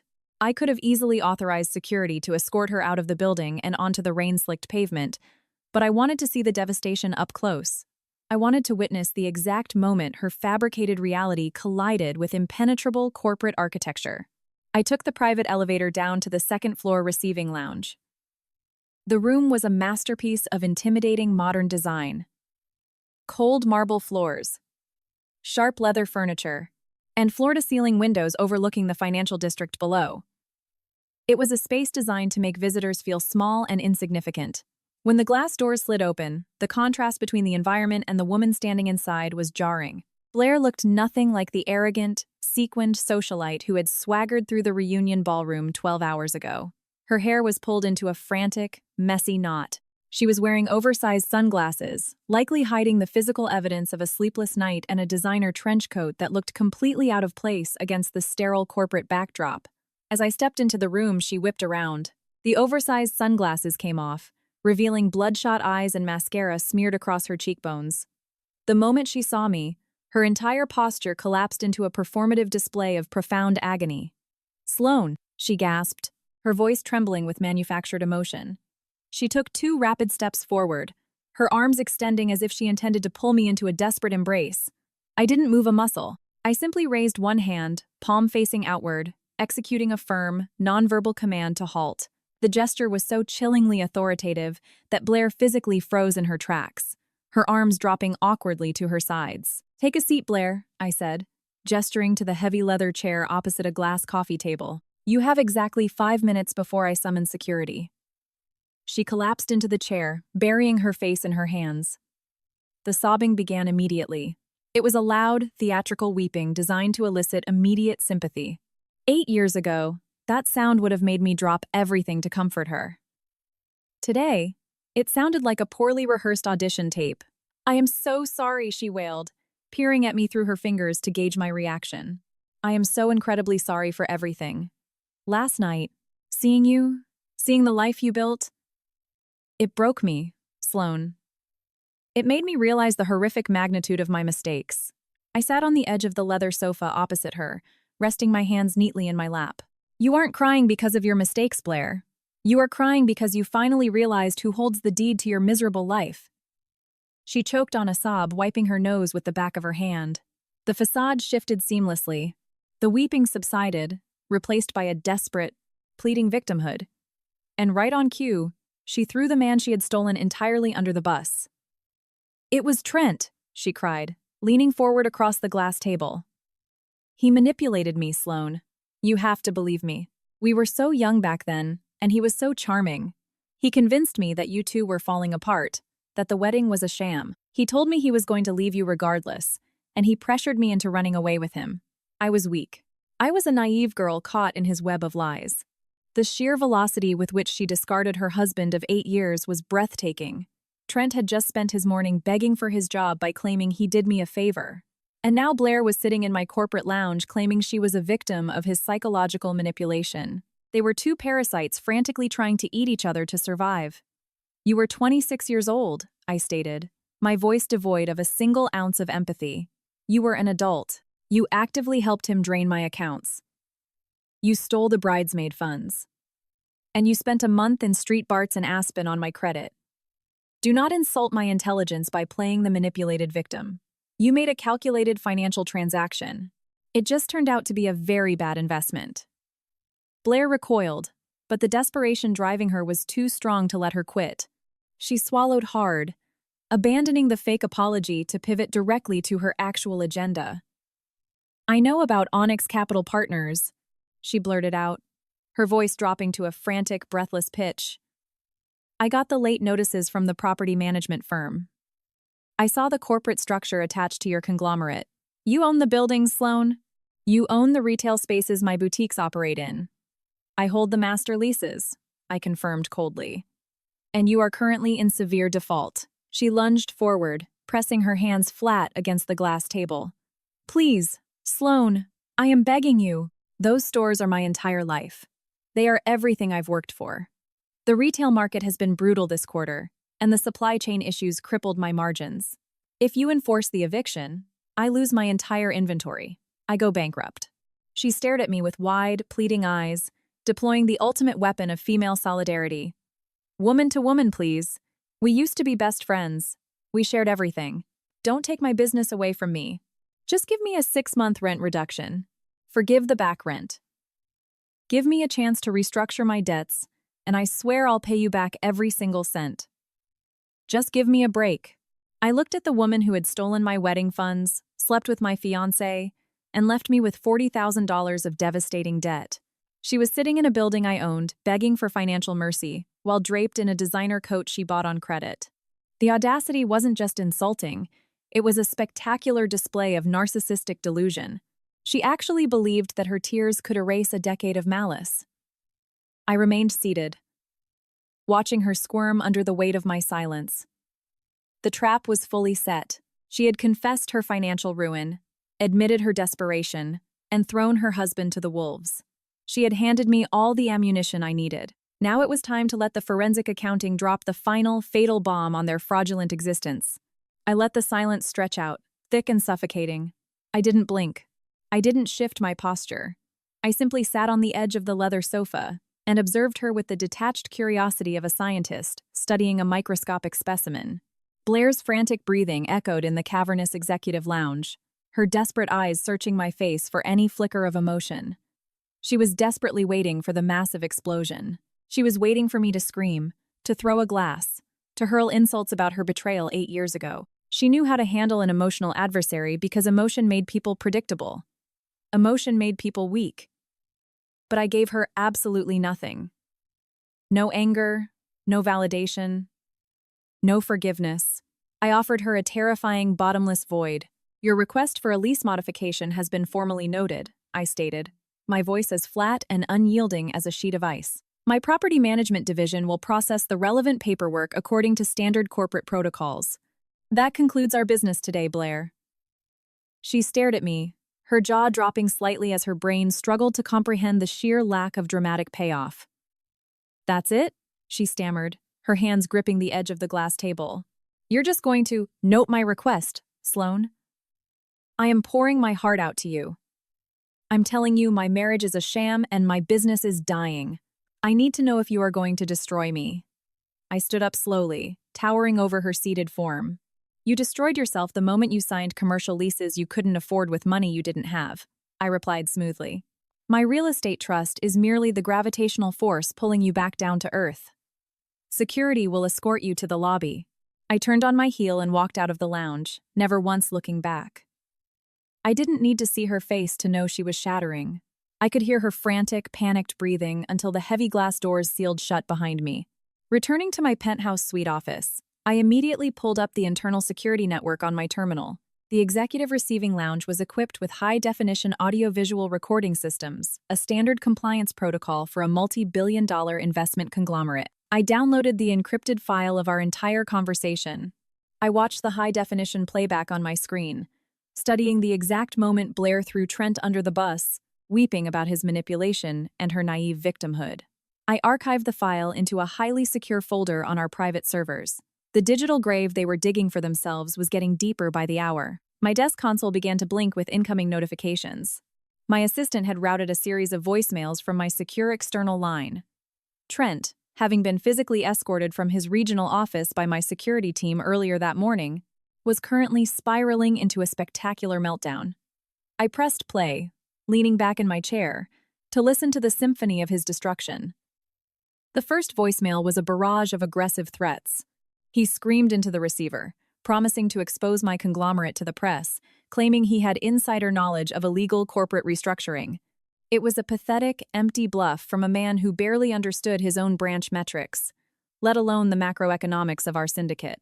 The second voicemail, left exactly 42 minutes later, shifted into desperate bargaining. He offered to work for minimum wage. He offered to demote himself to a junior analyst position. He begged me to remember the good times we shared in college, attempting to weaponize a nostalgia that I had long since burned to ash. The third and final voicemail, recorded just after noon, was the most damning. His voice was slurred, indicating he had likely retreated to a bar after his termination. "You think you're so smart, Sloan," he slurred into the phone. "But you don't know everything. I moved money around at that branch. I moved a lot of money to keep Blair afloat. If you audit those accounts, you're going to find a mess that will tank your precious acquisition. You need me to fix the ledgers. You need me, Sloan." I stopped the playback.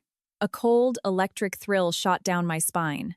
Trent, in his drunken, terrified panic, had just handed me the absolute holy grail of corporate warfare. He had essentially confessed to financial crimes on a recorded line, believing he could use his own embezzlement as leverage against me. He fundamentally misunderstood the power dynamics at play. He thought he possessed a hostage, but he had just handed me a signed confession. I extracted the audio files, securely encrypting them and forwarding them directly to Marcus. My brother-in-law was already leading the forensic accounting team through the acquisition audit, and Trent's drunken voicemail was the exact roadmap we needed to uncover the bodies buried in his branch's ledgers. For the rest of the afternoon, I sat in my office and watched the surveillance feeds and listened to the digital evidence pile up. They were doing all the heavy lifting for me. Blair was leaving panicked voicemails on Trent's phone, unaware that my legal team had already legally seized his company-issued mobile device during his termination. Trent was leaving drunken confessions on my corporate line. They were trapped in a rapidly shrinking box, suffocating on the toxic fumes of their own desperate decisions. I didn't need to raise my voice. I didn't need to engage in petty squabbles or dramatic confrontations. I simply needed to provide them with enough rope to hang themselves, and they were sprinting toward the gallows with breathtaking speed. Every lie they told, every frantic threat they made, and every ounce of blame they shifted onto each other was meticulously cataloged, verified, and secured in our impenetrable legal vault. The sun began to slowly set over the vast Chicago financial district, casting long, sharp shadows across the floor of my office. The preliminary skirmishes were over. The psychological warfare had yielded catastrophic results for my enemies. I closed my heavy laptop and stood up slowly, looking out at the sprawling city below. The final pieces of evidence had been successfully gathered, sorted, and weaponized. The ultimate strike was fully prepped. All that remained was the absolute, merciless execution of the final phase, a reckoning that would permanently erase them from the corporate world forever. The absolute merciless execution of the final phase commenced the very next morning. The sharp click of the heavy mahogany doors sliding open pulled my attention away from the panoramic view of the financial district. Marcus strode into my office, bringing with him the crisp, electrified air of impending victory. He bypassed the leather visitor chairs entirely and walked straight to my desk.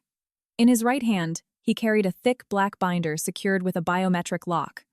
This wasn't a standard quarterly earnings report. This was a forensic accounting dossier, the kind of document that dismantled careers, froze offshore bank accounts, and sent arrogant executives to federal prison. Marcus placed the binder on the center of my desk. He didn't smile. The warm, jovial brother-in-law who built block cities with my son had vanished completely, replaced by the ruthless chief legal officer who orchestrated corporate executions. He pressed his thumb against the biometric scanner. The lock flashed green, and the binder popped open. "I told you the drunken voicemail gave us the roadmap," Marcus said, his deep voice resonating with cold, lethal satisfaction. "But even I underestimated the sheer breathtaking stupidity of the man you almost married.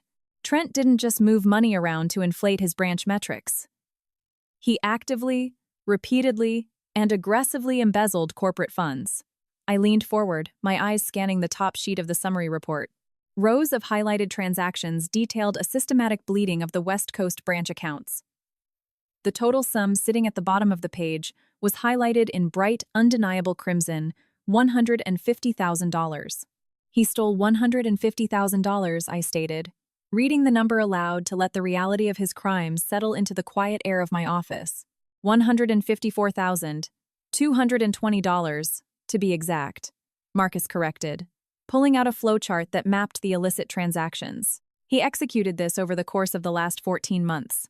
As you know, the parent company gave regional directors discretionary budgets for localized marketing and independent contractor acquisitions. Trent created 3 fictitious consulting firms. He generated fake invoices for market analysis, and Brand Synergy Consulting approved the invoices himself using his regional director credentials and wired the corporate funds directly out of the branch operating accounts. I studied the flowchart, tracing the lines of stolen money. Setting up ghost contractors was one of the oldest, most pathetic methods of corporate theft in the book. It was an amateur move, the kind of sloppy financial crime that was guaranteed to be caught during any standard acquisition audit.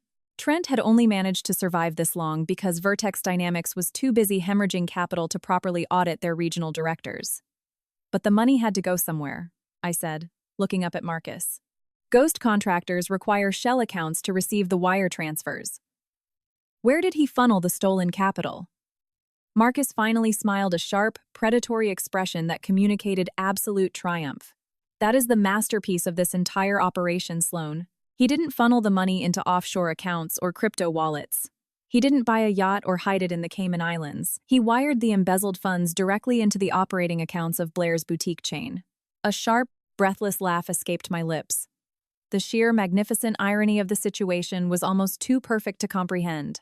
Trent had committed federal wire fraud and corporate embezzlement to steal over $150,000, all to desperately float the sinking ship of Blair's fraudulent retail empire. He stole from his employer to pay her commercial rent, I concluded, visualizing the entire horrific cycle of their debt. Exactly, Marcus confirmed, tapping the final column of the forensic report. And do you remember who holds the master leases for those commercial properties? Your private real estate trust. Trent committed federal felonies to steal money, which he then gave to Blair, who then unknowingly wired that exact same stolen money directly into your personal investment portfolio to keep her doors open. You have been financially draining them from both sides of the equation. I sat back in my leather chair, letting the absolute magnitude of their self-destruction wash over me. They weren't just bad at business. They were criminals. They had escalated from stealing my bridesmaid funds to defrauding a major technology firm. Their desperation to maintain the illusion of extreme wealth had driven them to commit serious felonies. This elevates the situation significantly, I noted, my mind already calculating the legal ramifications. This is no longer just about liquidating an underperforming branch or terminating a toxic executive. This is a criminal matter. Marcus nodded, his expression turning deadly serious. I have already contacted our liaison at the FBI. Corporate embezzlement exceeding $100,000 utilizing interstate wire transfers triggers immediate federal jurisdiction. I submitted a preliminary brief to the White Collar Crime Division this morning. They are highly interested. They have requested the full forensic dossier the moment you officially terminate his employment. We have them completely surrounded, I murmured, trailing my fingers over the black binder. Blair will be slapped with an immediate eviction and a lawsuit for breached contract damages. When the authorities seize her boutique assets as part of the embezzlement investigation, she will lose whatever inventory she has left. Trent will be fired, stripped of his unvested stock options, and handed directly over to federal agents. They built a kingdom on a fault line, Marcus said, closing the binder. And you are about to trigger the earthquake. The final acquisition board meeting is scheduled for tomorrow at 9 a.m. The executive team from Vertex Dynamics is flying in. Trent has been instructed to attend to present his regional turnaround strategy. He still thinks he's getting a promotion. I stood up and walked over to the floor-to-ceiling windows, looking out at the sprawling financial district. The city was a grid of rules, contracts, and consequences. Trent and Blair had tried to cheat the system, leaving a trail of destruction in their wake. They thought they could outrun their past, but their past had simply built a better, stronger cage to hold them. Prepare the termination papers, I instructed Marcus without turning away from the window. Draft the eviction notices for Blair's boutiques. Notify the federal agents that we will have a package ready for them tomorrow morning. Let Trent walk into that boardroom expecting a crown. I am going to hand him a prison sentence instead. The morning sun pierced the executive boardroom, casting light across the mahogany table. The Vertex Dynamics executives filed in, looking haggard, opening their laptops nervously. Marcus sat to my right, radiating absolute authority. Sterling delegated this execution to me, knowing my presence alone would deliver maximum psychological impact. At exactly 9 a.m., the heavy mahogany doors swung open. Trent walked in wearing a tailored suit, undoubtedly purchased on another maxed-out credit card. He carried a leather portfolio, swaggering like a man about to conquer the world. Ignoring his executive team, his eyes locked onto the head of the table, expecting Sterling Pierce. Instead, he saw me. Trent froze. The arrogant smile fractured. He blinked rapidly, his brain trying to process why the woman he abandoned 8 years ago was sitting in the chairman's seat. I gestured toward the empty chair across from me. "Take your seat." "Trent," I instructed.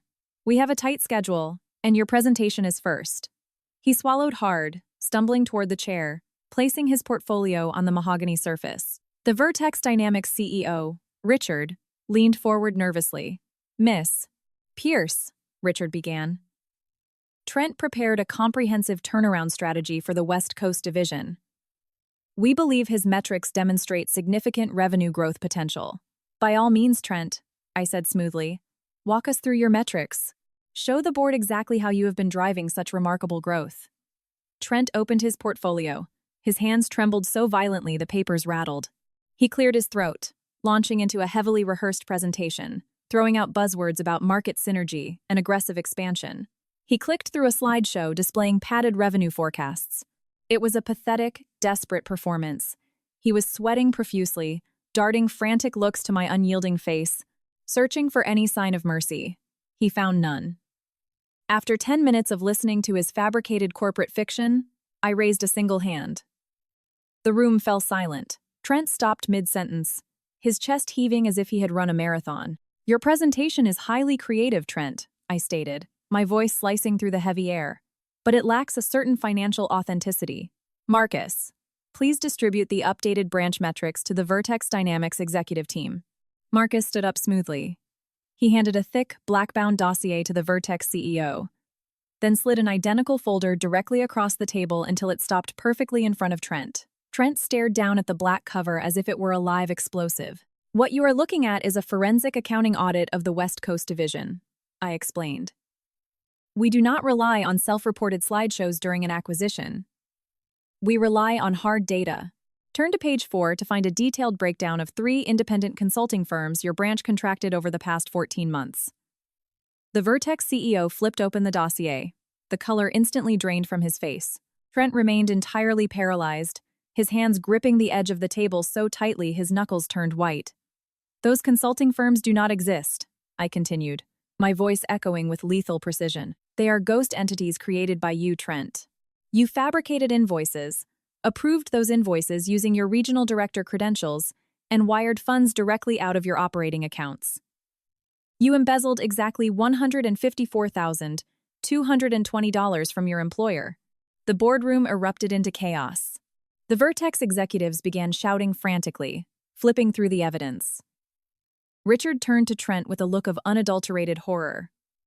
"You stole from us!" Richard gasped. "You forged these vendor accounts!" Trent couldn't speak.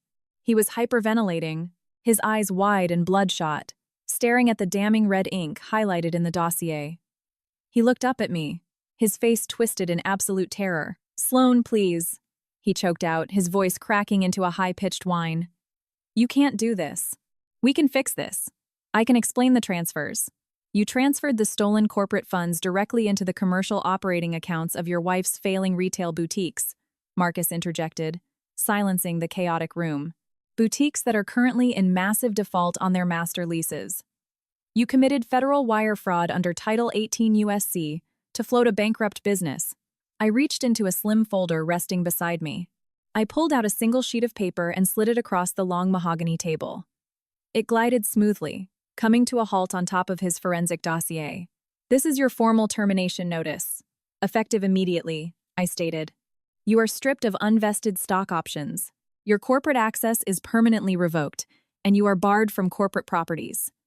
Trent stared at the termination letter, tears welling in his eyes. He was completely broken, stripped of his title, his income, and his freedom. But I wasn't finished. I pulled out a second document. I slid it across the table, watching it land right next to his termination papers. And this, Trent, is a personal invoice, I said, my voice dropping to a cold, razor-sharp whisper. 8 years ago, you drained our joint Chase accounts and left me with a $40,000 credit card debt for a wedding you abandoned. I have meticulously tracked that debt with standard market compound interest, plus the legal fees required to freeze the fraudulent charges you and Blair racked up. Your outstanding balance to me personally is $92,400. Trent stared at the invoice. The itemized list of catering charges, floral deposits, and luxury resort fees stared back at him. He finally understood the absolute, inescapable magnitude of the trap. He had mocked a girl in a cheap apartment, completely unaware he was insulting the architect of his total annihilation. You are ruined, Trent, I stated, locking onto his terrified, weeping face. You are bankrupt. You are unemployable, and your fraudulent kingdom has officially burned to the ground. Security is waiting outside the double doors to escort you out. Gather your portfolio and leave before the federal agents arrive to finalize your arrest. Trent didn't move. His body remained entirely paralyzed, pinned to the expensive leather chair by the crushing gravity of his actions. He stared at the itemized invoice and the termination letter, his chest rising and falling in erratic, shallow gasps. The remaining executives from Vertex Dynamics physically distanced themselves from him, pushing their chairs back. I simply shifted my gaze to the heavy mahogany doors at the back of the boardroom and gave a slight, almost imperceptible nod. The doors swung open. 2 uniformed security guards stepped inside, but they were immediately flanked by 3 individuals wearing dark suits and federal credentials clipped to their belts. The FBI had arrived precisely on schedule. Special Agent Caldwell stepped forward, holding a thick file that matched the forensic dossier sitting on the table. Trent, the agent announced, his voice carrying the uncompromising weight of federal authority. You are under arrest for corporate embezzlement and interstate wire fraud. Please stand up and place your hands behind your back. He was hauled to his feet, his designer suit rumpling awkwardly as his arms were wrenched behind him. As the agents escorted him toward the door, he looked back at me one last time. There was no arrogance left, no smug superiority. There was only the hollow, terrified realization that he was entirely powerless. I maintained a cold, unyielding eye contact until the heavy doors clicked shut behind him, sealing his fate. It was a truly magnificent sight indeed. The boardroom remained dead silent for a full minute after his departure. I turned my attention back to the Vertex CEO, who looked as though he might be physically ill. We will resume the restructuring discussion in exactly 15 minutes, I stated smoothly. Please take this time to review the revised integration protocols Marcus has prepared for you. I stood up and walked out of the room, leaving them to sweat.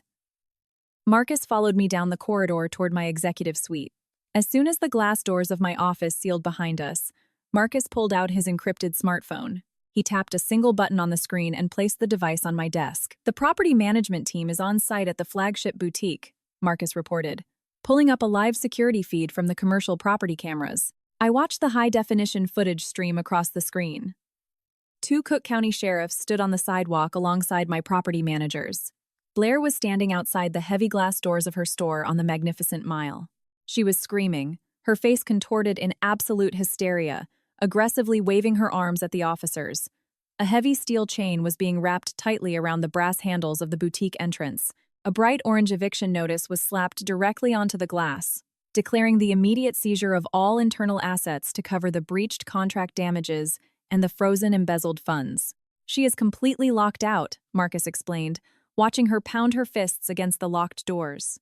Her bank accounts were frozen an hour ago by the federal authorities investigating Trent. Her credit cards are maxed out. Her inventory is officially property of your real estate trust. And her husband is currently sitting in a federal holding cell. They have absolutely nothing left. Not a single dollar. Not a shred of dignity. The empire of lies they built on your stolen money has been completely pulverized. I watched the screen as Blair sank to the pavement, weeping uncontrollably on the sidewalk while Chicago pedestrians walked past her, ignoring her dramatic collapse. It was the exact same feeling of crushing, isolated despair she had left me to experience 8 years ago. The karmic loop had officially closed. I turned off the monitor. There was no need to watch the rest. The spectacle of their suffering was no longer interesting to me. The debt was settled. The ledger was balanced, and my focus immediately returned to the massive corporate empire I was running. I walked back into the boardroom 15 minutes later, projecting the absolute calm of a woman who had just taken out the trash. The Vertex Dynamics executives were highly compliant. Without Trent's fabricated numbers inflating their valuation, they had no leverage left to negotiate.